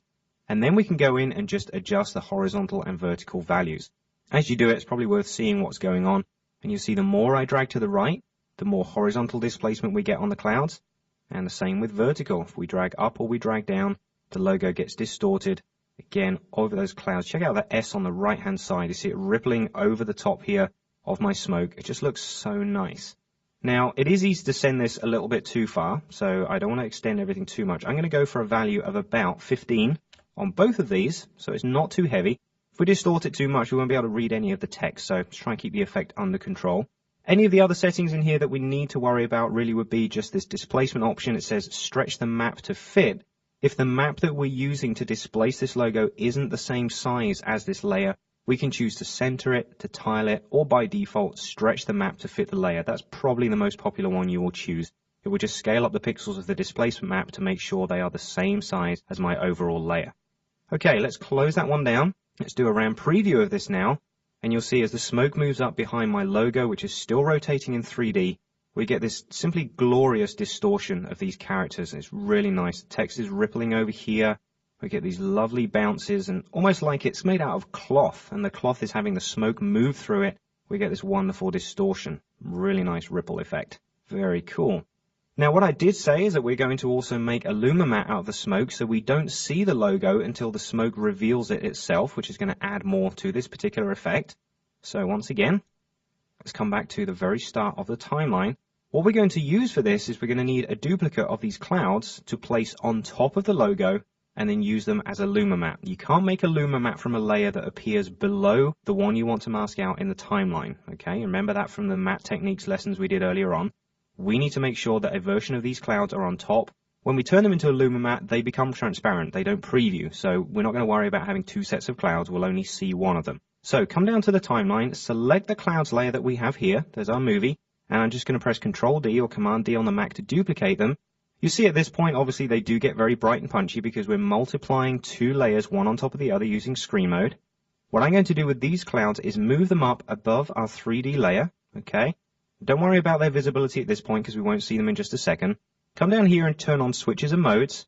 And then in the track matte options, we can't choose it on the clouds itself because you only work with the layer that is above you. So we actually want to matte out the Smoke Mirrors logo 3D. So let's go and choose that one. And you'll see here I have the choice of using the clouds layer which is above it. We can't use an alpha matte because the layer doesn't have an alpha channel. That's because we basically made the transparency for this layer using screen mode. So we're going to use a luma matte. And as soon as I choose that, you see my logo disappears off screen. And not only that, the clouds now go back to their original brightness values. That's because this clouds layer is a luma matte now and doesn't have its visibility set on. That's completely transparent. So now as we progress through the animation, you'll see that the layer is now being used to reveal the logo as well as displace it. And once we get towards the more brighter pixels here, and this is the main reason I applied hue saturation and brightness and contrast to the clouds, is so that once we reach this point towards the end, the values are so strong that you can still read all of the text that goes on here. So let's just do a final RAM preview of this. Everything renders pretty quickly. This isn't a horrendously memory intensive filter. This background certainly lends itself to the effect. We get this kind of mirror type effect, almost as if there's a honeycomb background here and there's people walking behind it. I can't quite figure out what that one is. Again, it's another background from Artbeat's Digital Microcosm series. Great one for this effect. And here we have the finished render. We can see the logo just appearing out of nowhere as if it's being projected on smoke, but most importantly, its displacement values based on the rippling properties of the smoke itself. Hope you enjoyed that. This is a truly wonderful effect. Okay, one important thing we need to do right now, possibly the most important thing we've done so far in this whole project, is go to the File menu and choose Save. We've done a lot of work here. We don't want to lose any of that. Do make sure you save periodically, especially when you're doing effects-intensive work like this. Okay, you think you enjoyed that one? We're going to do a really cool animation now, again using displacement maps. Completely different technique, but a really fun and funky one as well. So this is one good example. We're now going to try something different. Let's go ahead and close this project down. And open the next one. It's project 6 that's called Displacement Maps 2. Let's double click to open that. And if we look at the main preview and just do a quick RAM preview of that, what we have is an Illustrator flag that's been created very simply using vector art. And I've got a sort of a chrome pole here that I rendered out of Lightwave as our flagpole. I've then got the same Colorado holiday shot that we used earlier on in one of our special effects sequences for camera shake. That's in the background with a Gaussian blur applied. And then over the top, I've used the fractal noise filter to create some smoke. Now this is just going to add to the effect because what we want to do is apply wind and ripple this flag as if it's now part of this scene. Now we can do it very easily and we can also do it very realistically. We're going to combine both of those and do a really cool effect. Again, it's all based around displacement maps, but there's a few extra techniques in here which is going to make it a shade more complicated, but you'll certainly understand it as we go along. So let's see what we have to do to start with. Initially, if I just zoom up here a second, let's come across. Initially, what we are going to do is distort the pixels here for the Illustrator layer. You can always go to full quality here. We can see it nicely rendered. We're going to adjust these pixels based on the grayscale properties of another layer, just like we did a second ago by using maybe those stepped ones, but this time the layer is going to be animated inside of After Effects. We used the QuickTime Movie a second ago to do our smoke and mirrors effect. We're going to use an effect inside of After Effects for this one. Come back down to the timeline for a second, and you'll see at the bottom here I have a pre-comp that's called Flag Noise Ripple. It's turned off. That's because we're going to use it as a displacement layer, and you know by now that the layer does not have to be visible in order for it to be used as a displacement map. We are going to make this one visible at the end because it's going to allow us to achieve one more effect, but for now, completely leave it turned off. What I do want to do though is open this one up and show you what's inside and animate it as well. So again, Option or Alt, double click on it to open up that composition. And we'll see here that this contains just one layer. It's called Flag Texture PSD. It's a Photoshop file that was created using the Render Clouds filter inside of Photoshop 7. And it was created using a default size of 128 pixels square. Actually, it was a multiple of that. It was about 768 maybe, something like that. But the fact that it was done using a multiple of 128 pixels means that the cloud effect is totally seamless. You must make sure you do that if you create a cloud background or a texture like grass or something using the clouds filter, and you want it to be seamless so you can offset it continuously inside of After Effects. Make sure it's set with a multiple of 128 when you create it, then the edges are completely seamless and you can just keep going across using the offset filter. So great way to create seamless clouds. What we want to do, obviously, is then animate this one so it seamlessly moves across the background, because this layer is going to be used to ripple our flag. Now, if we look in the main composition window, you can see that the clouds are not totally smooth. I've actually got them set in Photoshop to a fairly jagged edge. That's because if I want to smooth them out, I can always add a blur filter afterwards. So the amount of color variance we have here will have a direct effect on the amount of displacement we get when we apply it to the flag. So I've just given myself a little bit more leeway by making this file a little bit more jagged in terms of its color variance. Then we can always smooth that out afterwards and fine tune the effect. Now, I've already preset this layer ready to animate. So if we hit F3 to bring up the effect controls for this layer, we can see I have the offset filter already applied. And I also have Gaussian blur on here, but I'm not going to use that for now. I'll just shut that down. Okay, so we've got the shift center option here, and if I click and drag, obviously this will do our offset for us, and you see because my image is seamless, I can offset in either direction without seeing any of the edges of the smoke. They totally match each pattern from one to the other. So I'm going to set up a couple of keyframes here. We're at 0 seconds in our timeline. What I'm going to do is set the center at this point. Let's go for 0 pixels. Let's just start down at 0, and let's turn on a keyframe for shift center at this point. And then let's go all the way out to the end of the animation, which is at 6 seconds. And now let's change all of this. Let's go for about 4,000 pixels. Move it a long, long way. We might want to bring that down afterwards. And what I'll also do is change the Y-axis to about 250. I don't want the motion to be just totally linear. That will make everything look just a shade too computerized. We're going to make it a bit more random. Now, a quick preview of this will just show the clouds now moving in that horizontal direction. But they will also be very, very slightly moving down. Over the course of 6 seconds, they will move in that direction. But let's just do a preview now, check how fast that is. It looks pretty good. I'm fairly happy with that. This is a great technique, by the way, to create just multiple layers of clouds with different transparency values, one behind the other, using different offset speeds, and you can get a great sense of perspective. Just stick a spaceship in the center here or something that looks like it's flying, and you'll have it moving brilliantly on the background with multiple depths, because you have multiple offset values. Just another technique to throw in there. So I'm going to leave that as it is. If we're not happy with that speed, we can always come back and adjust it, but I'm going to use that just for now. So let's close this down and close the composition down now, because now we're ready to apply it to our flag here in the background. So once we're in this main composition, let's just click on the flag to select it.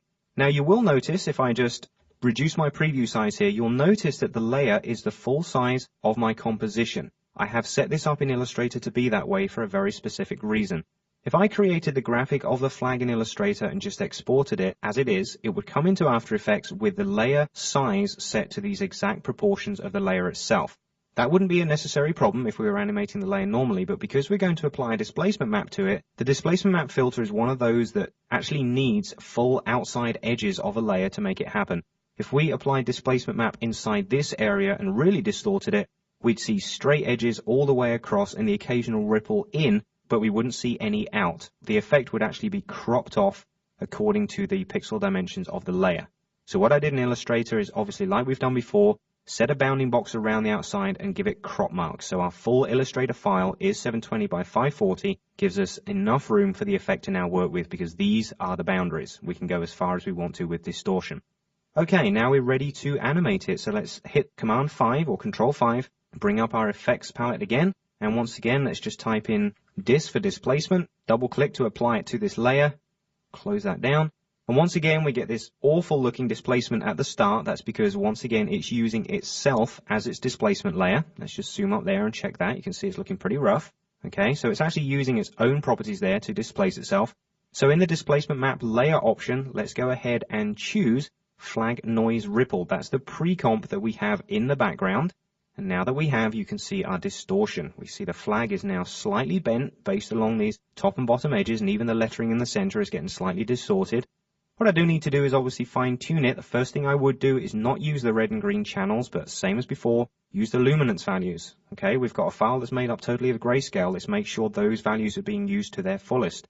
If the file is grayscale, the difference between the red channel and the luminance channel is really not going to be that different. But at some point you might come across this and think, well, there is a huge difference there.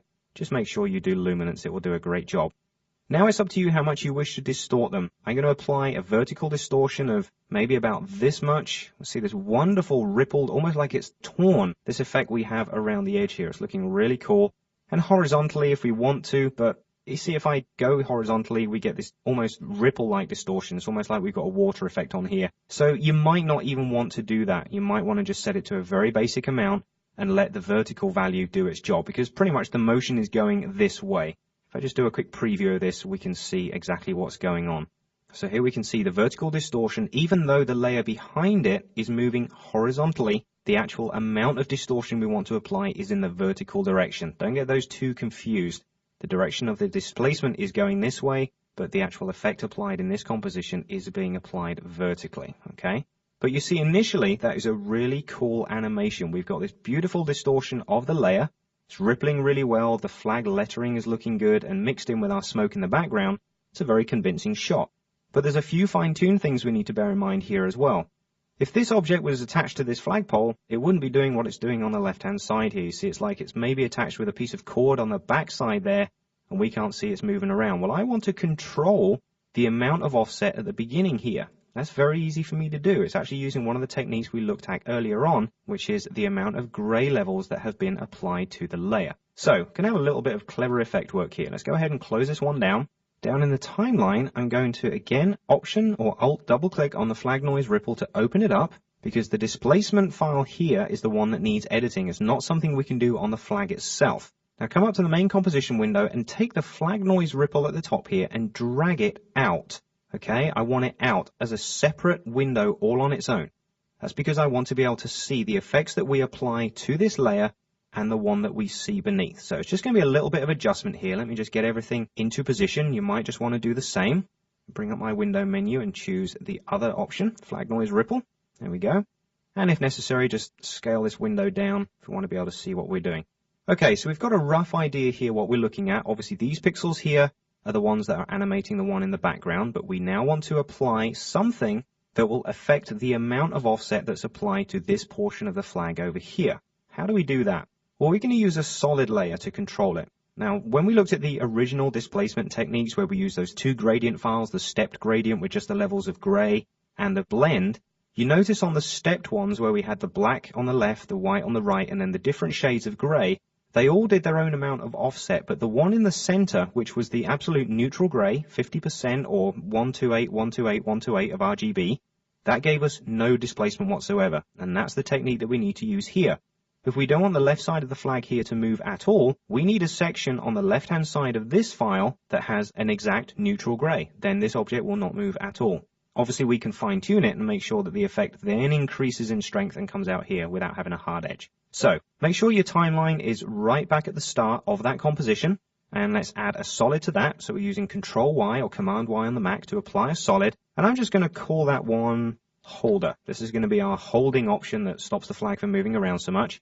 Make sure it's the size of the composition, and then go into your color options, and make sure we're using an absolute neutral gray. Now, like I mentioned in RGB, that would be dead in the middle, which is 128 of each value. And we can see there now I'm directly in the center of my grayscale area. And likewise on the Mac, you'll be able to do exactly the same thing, just key in that RGB value.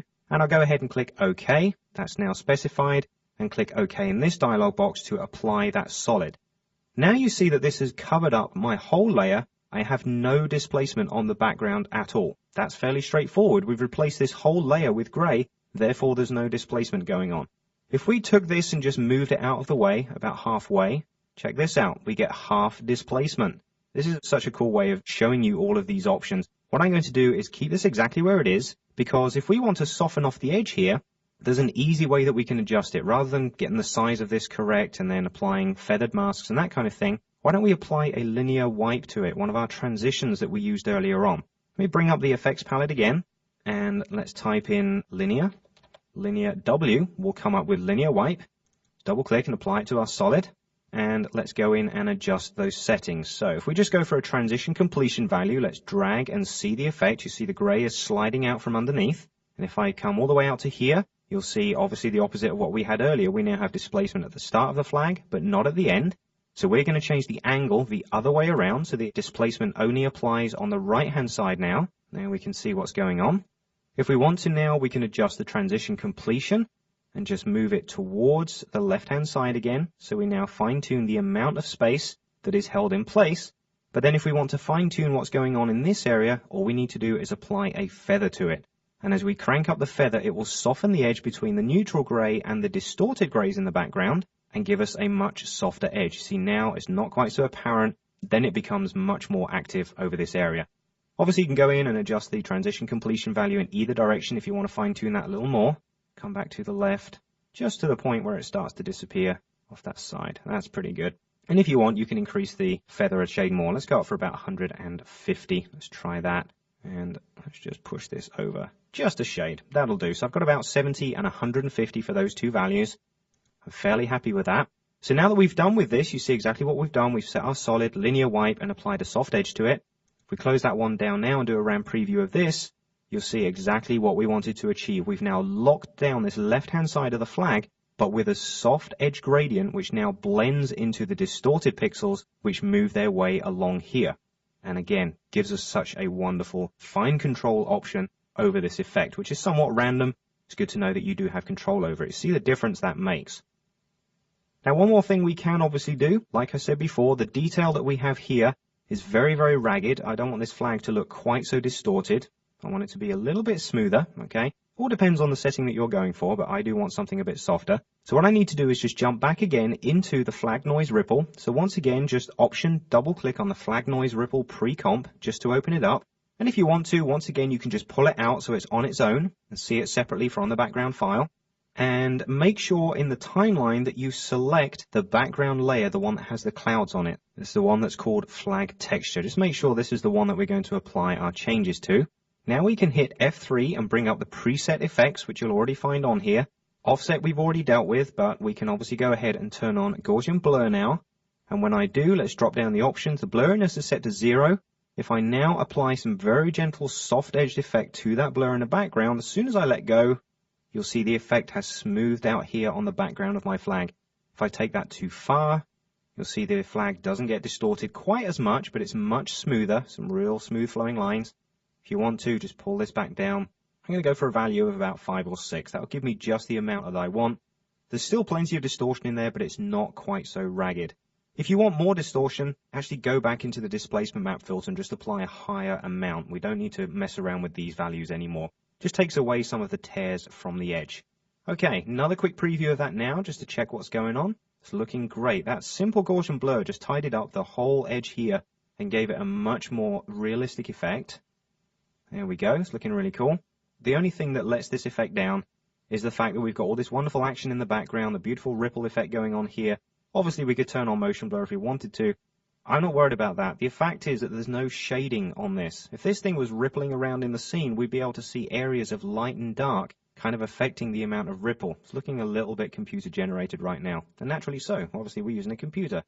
What we're going to do is apply one more change that will allow us to see the shading over the top of this layer. Now, this is where we are going to reveal the displacement map that we're using. Remember I mentioned earlier that you don't need the displacement map visible in order to use it. Well, that's exactly what we've got here, but that doesn't stop us from actually using that layer for another purpose and making it visible in the process. So let's come down to the timeline and this time turn on the visibility of the flag noise layer.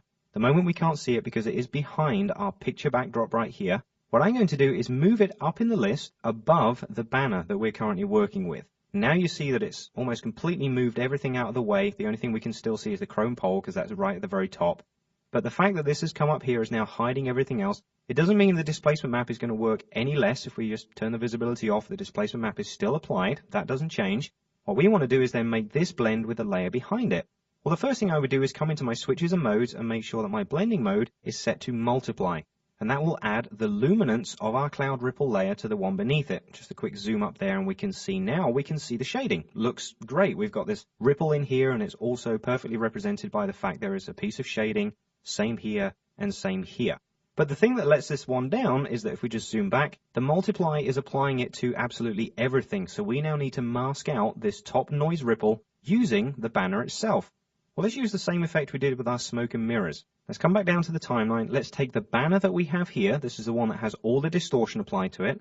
I'm going to duplicate that, move it up above the flag noise ripple because we're going to turn this into an alpha matte. Don't forget that when we do that, the layer will lose its visibility, so I'm not worried that at the moment it sits on top of everything else. What I need to do now is on the flag noise ripple, choose the track matte options and make an alpha matte from the banner which is above it. As soon as I do that, you can see that the transparency values or the alpha channel values around the outside of our banner are being used to mask out the pixels that we just multiplied on top. So now we've effectively got three layers working one on top of the other. We have the background banner itself, which is using the clouds to apply the displacement map. We then have the clouds placed on top with multiply mode, so all the white pixels disappear, but the darker ones appear as shading. And then we used another duplicate, which also has the displacement map, don't forget. Another duplicate of the banner on top of the clouds and use that as a luma matte. Now what we have is the finished result with shading and with displacement, which makes this so much more realistic. See, we're almost getting a highlight here as if the sun is catching on this part of the banner. The shading down here is showing up really well. What I'll do is I'll just do a full screen preview of it so we can deconstruct all the elements that went into place here. So we started with our Illustrator banner, and to that we applied a displacement map, which was from a pre-comp. And that pre-comp contained a Photoshop document that was a multiple of 128 pixels square because then the cloud effect was applied seamlessly. I could have done it 128, but then you'd probably notice some very similar ripples moving across the flag here. If you make that effect even bigger, but still a multiple of 128, you'll get much more varied cloud, but still seamless. We animated that using the offset filter so it went along and slightly down. By moving it down, this is what's giving these two tails their individual ripple. That's what I like about this. They kind of look like they're doing their own thing. That was obviously applied as our displacement map. Then we wanted to control all the motion on the left-hand side, so we used the grayscale layer at exactly neutral color with a soft edge linear wipe to fine-tune that. That's probably my only beef with this animation, is that does look a little bit too solid over there, so I would probably want to go over there and just refine the values that I've got on that linear blend to kind of maybe more of a ripple on that. And then the final thing we did was just use the original layer itself, the clouds layer, as a multiply on top of everything else, and then a simple alpha matte using the displace flag. And there you have the finished effect. Like I said, displacement maps are probably my favorite distortion effect, and you can see why. These two projects have given us some wonderful, wonderful special effects. Okay, let's go ahead and close this project down. We're now going to work on the final one, which is called Advanced Lightning. Let's open this one up. Now, all the effects that we've seen so far have all been distortion-based. This is one effect I really, really like to play with inside of After Effects. You've seen already that we used the lightning filter, the very basic one that comes with the After Effects standard version a little while back. What we're going to do here is use the advanced lightning, which is obviously a production bundle only filter. Now, this one we're going to add to enhance this animation that we've got going on here. So let's just hit the spacebar and do a preview just to see what's happening. So we have these 3D rendered arms that I generated again in Lightwave. I've rendered out. And I've got a couple of motion track nulls attached to the end of each one. We're going to use those for position points in just a while, so I've just tracked those on there. We also have these two lens flares that are moving up here. They kind of got this individual flash value. Then we have this logo in the center, which is just a set of masks. And then towards the end of the animation, we have a couple of lens flare flashes. And over the top, we have the sort of furry character in the background, the one we called Doug earlier on. He's moving around here. And then we also have this word electrifying appearing just using the simple path text filter. So let me just back up there and do a real-time preview. We can see all the motion. What I want to do is use the advanced lightning filter to bring this logo into view. Now, the reason I'm going to use advanced lightning is one, because it renders absolutely beautiful lightning. It really does, and I'm going to highly recommend we work in full quality when we do this. But I can also attach the start and finish points of the lightning to the very end points of these arms as if they're the ones constructing the work. But the most important thing is the advanced lightning has an option in it to allow you to recognize the outer dimensions and inner dimensions of a layer as an obstacle to that lightning. So as the lightning moves around, it kind of fuzzes around the outside of the logo and will kind of give us a good animation point for that. So what we're going to do now is add the advanced lightning to this layer that we have here.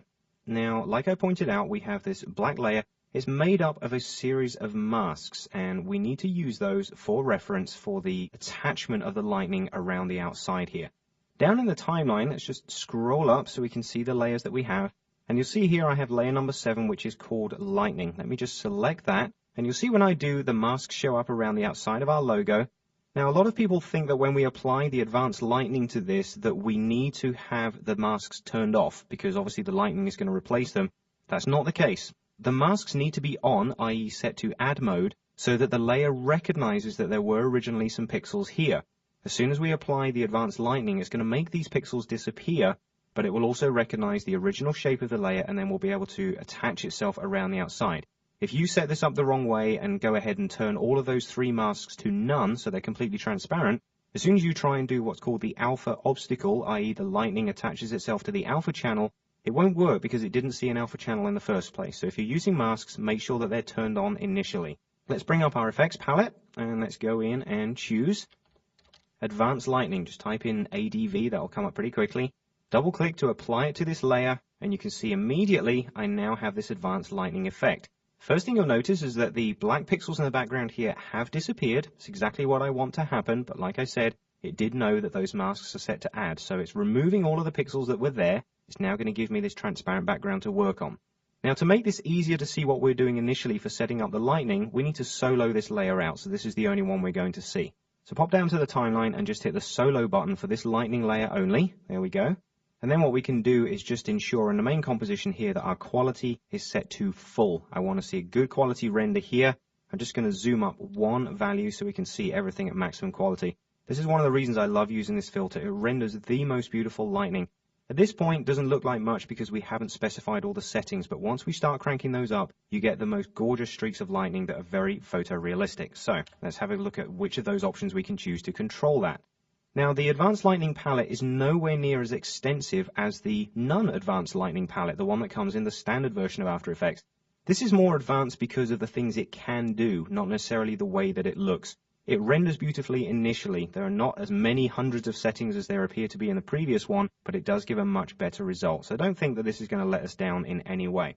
So the first thing I want to do is look at the type of lightning that I have. At the moment, the lightning type is set to direction, which means that it's using the 2 points here, the origin and the direction, at which to cast lightning and go in the general direction of the second point, but then continue beyond it. Now, to make this a bit easier to see, especially whilst we're working in this view, what I'm going to do is just zoom down, and I'm going to take both of these points and just pull them into a different view. Here we go. Okay. Now, you'll see that even though I've pulled this one over, the lightning is still continuing in this direction. This is not the end point. That's how the previous lightning worked. This is direction only. So this is a pretty cool way to animate something moving around. Say you've got a character over here, very much the magician style character where they're casting lightning out of their hands. As long as you kind of move this in the direction that their hand is moving, you can have this lightning cast all the way across the image. Perfect little special effect done immediately there. All you need to make sure is this is tracked onto the end of their hand, and you know now how to motion track as well. So this is basically what is called the direction. Now, if I again just zoom up so we can see these a bit closer, bring up the effects window again, you can see that we have a choice of direction. The next one we have is strike. Each one of these is going to give a slightly different result, and you can just see them. So this is more attached to between those 2 points. We also have braking, which kind of goes all over the place. And we have bouncy, which is much more random. You see how long it's taking there to apply that. And it's just bouncing around that first point. But you can see here the quality is now becoming much more extreme. We've got these wonderful forks of lightning coming off here. This great halo in the center. It's getting very bright and punchy. So you can choose whichever one of these you want. What I'm going to do is choose a very straightforward one just called two-way strike. And that will just allow me to strike between these 2 points. So effectively what happens, instead of the previous one which we saw was just strike, that's kind of going from point A to point B, the two-way strike is actually casting lightning from this point to this point, but also from this point back to this one. So we're getting 2 streaks of lightning, one into the other. Okay? So those are the origin and direction settings. Now, if we were to hit the spacebar at this point, just do a preview, you'll notice something wrong. There's no motion. That's the default way that this effect works. It doesn't have motion until you move these points. You see, as I click on one of these and drag it round, the effect actually animates. This is the way you get advanced lightning to work. If you just want an effect that has 2 points like this and they stay static and you have lightning between it, use the standard lightning filter that comes in the standard bundle. This one is purely for production and is based on the motion of these 2 points. You see, as I do that, we get these wonderful arcs of lightning moving around.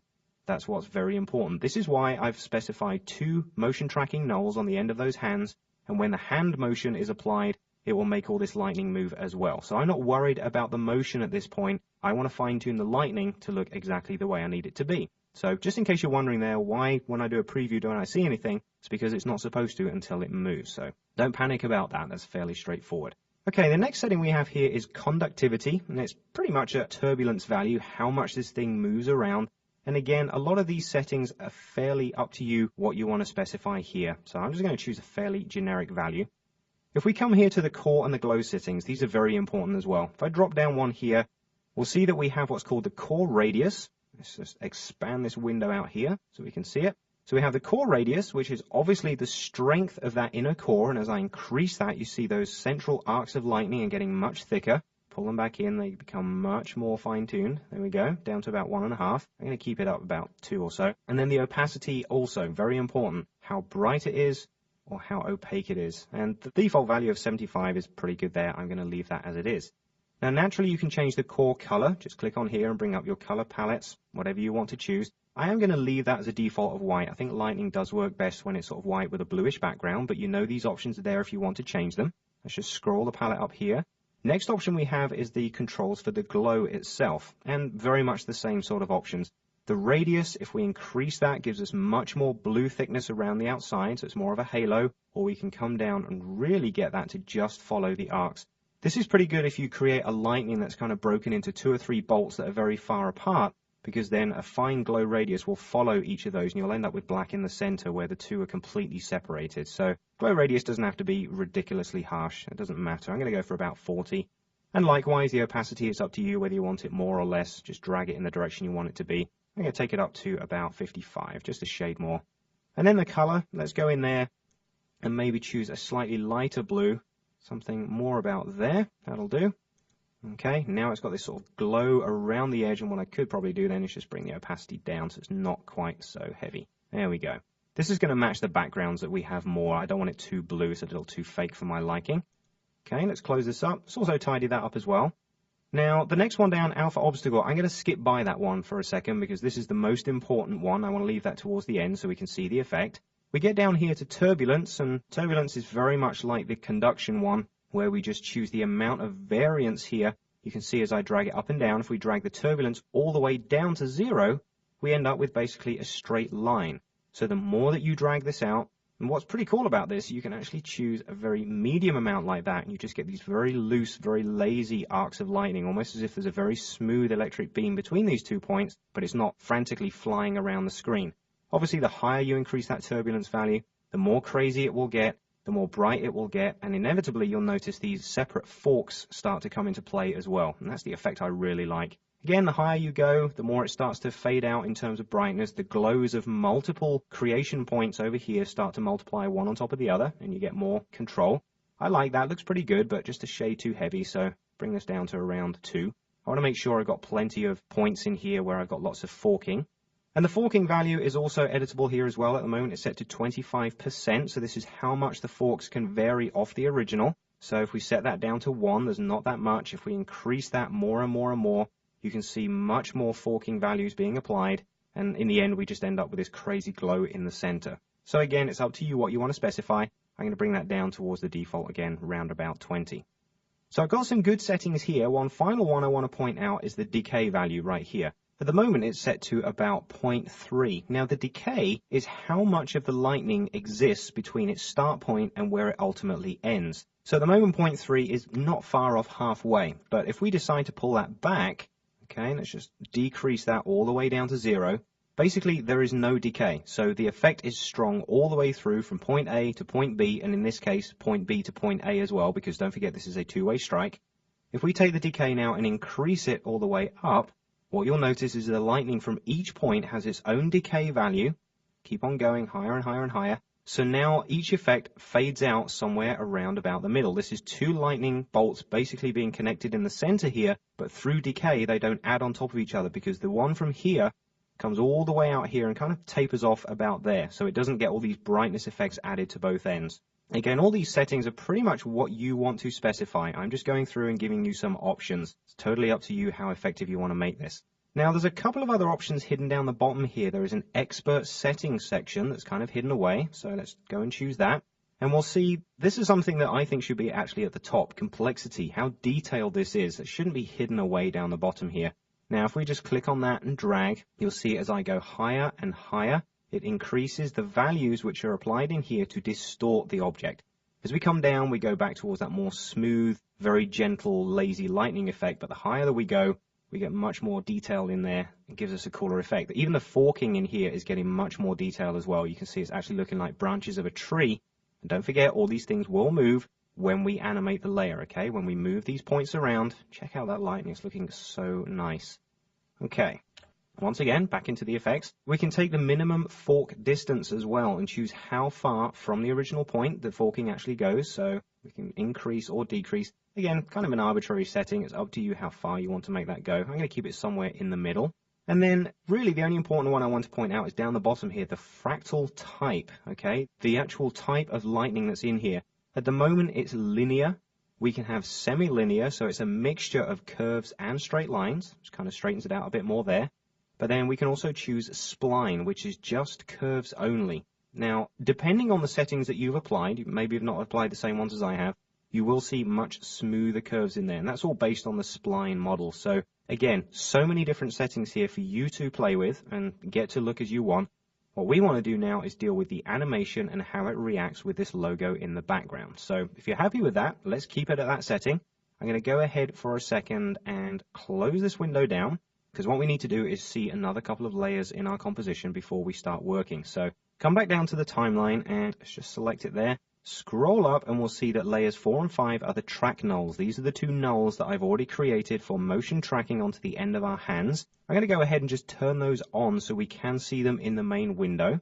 And then what I want to do is apply an expression which is going to attach our original points inside the lightning to both of those. So the motion of these will be used to move the start and finish points of the lightning around, and obviously that motion will then animate the actual beams of lightning, because at the moment there isn't any. There's no motion, therefore there's no motion in the lightning.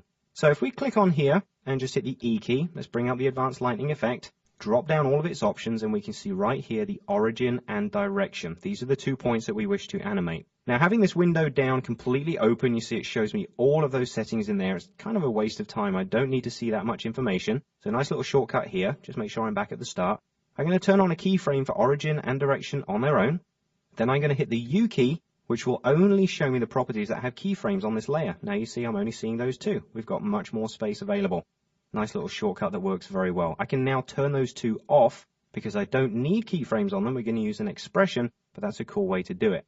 Now, likewise, let's come up here and select track null 1 and 2. I'm going to highlight both of those and hit the P key to show their position values. And you can see that these have keyframes already applied on their position properties from the motion tracking. And this is the information that we're going to be using. So let me just scroll up here. Now, one thing you'll notice, the way I've set this file up is not necessarily correct, so it's a great way to edit it as well. Our lightning at this point is active at 0 seconds. However, the nulls do not start to move until here, just beyond 1 second. So if we turn this on at this point, the lightning will be static on screen up to this point, and then we'll start moving. It'll look kind of strange. So quick and easy edit around. I'm going to move my time cursor across to 104, which is the start of my nulls. Okay. And then simply just grab my layer and move it along to that point. So it doesn't start beyond this point. Now, likewise, if we go to the end of the timeline, that has shifted everything across that way. So all I need to do is just come out to marker 2, which is our final point where all of the effects are going to disappear and our main furry character comes in. And I'm just going to hold down the Alt key and the right square bracket, or the Option key on the Mac obviously, and trim that layer out so we won't see it beyond that point. So now we fine-tune that layer to be exactly the distance we need it to. So let's come all the way back to the very beginning again. Now we're ready to apply our expressions. So over here on the left-hand side, let's just scroll up. Let's select our origin point. This is the first one we want to animate. Going to hold down the Alt key or the Option key on the Mac. Click on the stopwatch to apply an expression. All it needs now is to put the JavaScript in. Well, again, I'm going to use the pick whip tool just to move up, find the object I want to copy. So I'm going to copy the position of track null 1. As soon as I choose that, the correct JavaScript is placed in here for me. All I have to do is hit enter and say OK. And you'll see as soon as I did that, this point of lightning has now moved down and attached itself to the top left-hand side of this null. If I just hit the spacebar at this point and preview it, you can see that point is now moving around. So is the lightning, because now we have motion in it. It's going to move consistently. And there's our point, perfectly moving according to the position of the nulls. So we now have our first piece of lightning motion. There we go. And what we can do now is do exactly the same to the direction. That will be the second null. So again, apply an expression to the direction value. Point and shoot that. Let's grab the pick whip tool and this time go up and choose the position properties for the second track null. Again, hit OK. And now if we come up to the main composition and just zoom down a touch, hit the spacebar and do our preview, you can see that the motion of these two nulls, don't forget they were created using motion tracking, the motion of those moving around the screen has now got the lightning attached to them and is also animating the lightning itself because it doesn't animate without those two external points being keyframed. So there we have our first initial points of animation. It's looking really cool. But the whole point of doing this was to tell it to recognize the masks in the center as an obstacle. We actually want the lightning to recognize, oh, hang on, there's an edge here, so I need to kind of bounce around it and recognize that there's something in there. So let me just zoom back up, check we've got it all in preview there. There we go. Once again, I'm going to bring up the effect controls because it's all inside this same window. Just shrink ourselves down. And it's going to be using the setting that we just glanced over, which is right here, the alpha obstacle. This is to say any alpha channel inside this layer, which initially was set by these mask points, is going to be recognized as an obstacle for the lightning to bounce off. And as I click and drag on this, you'll notice the lightning starts to work itself away from the edge. And the higher I go, basically it moves itself all the way off the outside. So if you do want it to overlap slightly and not be totally obscured by the mask, do feel free to just pull the values back in a little bit so they do tend to occasionally snake across the lettering that's already here. You don't have to make sure it's everything or nothing. You can always fine tune it and get some different results. So I'm going to go for around about 13 on this. And there we can see the effect is bending off this side and also this side. Again, let's just hit the space bar. Now you can see what it's doing. You see the points, even though they move inside, are still affected by the alpha obstacle. And we get these wonderful lines being drawn as those points move around. Okay, it's looking pretty cool. Now we're not going to see the masks when we do this. If I just hide all my edges a second, don't forget we won't see those masks. We'll just notice the lightning occasionally moving itself around the outside of a shape. We don't know what the shape is, but that's the whole point of this effect sequence because our shape is eventually revealed by a couple of lens flares that then show up our finished T3V logo. So this is what our advanced lightning does. Now we can finish off the whole effect and throw a couple of nulls together with our lens flares and finish off all of the options that we have available. So I'm going to go ahead and close down the lightning effects. We're actually done with that for now. Let me bring all my edges back on so we can see what's going on and then come back down to the timeline and just tidy up what's going on here. So at the moment we're finished with lightning. Let me close that one up. We are going to be using these two track nulls and their position values because what we're going to do now is take the lens flares that are on this layer here. If I go ahead and turn that on, we can see we have all our lens flares in the scene. At the moment, if I just show what's going on in here, I do have a keyframe for the flare center on both of them. That's only for shortcut purposes. Remember, we're going to apply an expression to these, so I did exactly the same thing as I did before. I applied a keyframe so the U key would show them up, then I can turn them off and apply expressions. But more importantly, I have an expression applied to the brightness values here, which I have used in previous lessons, where if I just open one of these up, you can see that it's set to a random value here. So the lens flare will randomly flash its brightness between 65 and 110%, basically on every single frame. So that just gives a bit more randomness to it. So this whole lens flare sequence is going to be animated purely using expressions because we're not going to use keyframes here. The other thing that's cool to point out, a lot of people don't realize you can do this. Both of these lens flares are on one layer. A lot of people think you need to apply separate solid layers to apply another lens flare each time. I've stuck both on here. They're both connected to exactly the same layer, which is going to make it easier for me to manage and easier for me to animate. The other thing to obviously point out, if I just hit the E key here, as well as having the lens flares, I also have the shift channels option to set an alpha channel based on the lens flare's luminance, and then I have remove color matting to remove the black edges that show up underneath the alpha channel that you get by using the luminance. Again, these are things I've used before in previous lessons, but I just wanted to confirm that those are there. So once again, let me just hit the U key to show the layers that we have keyframes for, and I'm going to turn off the keyframe for flare center on both of those lens flares, and instead let's apply an expression. So flare center 1 at the top here, apply an expression to that. There we go. And once again, pick up the pick whip tool and go down and choose the layer I want to attach it to. So once again, I'm going to go for track null 1, position values, say OK. And you'll see now that lens flare has snapped down into this position here. It covers up the end of the lightning really well. And likewise for the second lens flare, let's do the same. Go ahead, turn on an expression, flare center, point and shoot that one to track null 2's position values, say OK, and that is now attached. Okay, let's tidy this up, close that whole layer up. And what we can probably do at this point is just turn off any of the solo options so now we can see all of the layers together. Make these all visible. Okay, looks like we're going to get all our layers back. Great. Let's come up to the main composition now and just drop our preview size down. I'll also change the quality to half as well, because if we're viewing at 50%, we don't need full quality. And we'll just do a quick round preview. So the arms start moving. As soon as they reach this point, the lightning is all of a sudden created. It's attached to these nulls, so are the lens flares. And as they crackle around, they're moving over the top of the logo. We see the occasional flash of a straight line around the outside of the logo. There we go, across the top of the T. Looking really nice. And occasionally it goes inside. I do like that option. If you want to make it more visible, you could always put a slightly ghosted version of the logo behind. Get a great version of the V down there as well. So it's just giving us a hint of what's going on. And at this point, we have the extra lens flare. And you can see now the lightning is on top of the character, but it's still kind of respecting those edges because it's a rough version of the mask that was above it. And then all of a sudden, the lightning cuts itself out as we reach the end of the animation. And now we can see our real-time preview, and there's our effects. Our advanced lightning is a great way to follow around the outside of a layer and then pull the logo into position. And that's pretty much it. There's our distortion effects. There's our advanced lightning effects. I hope you had fun.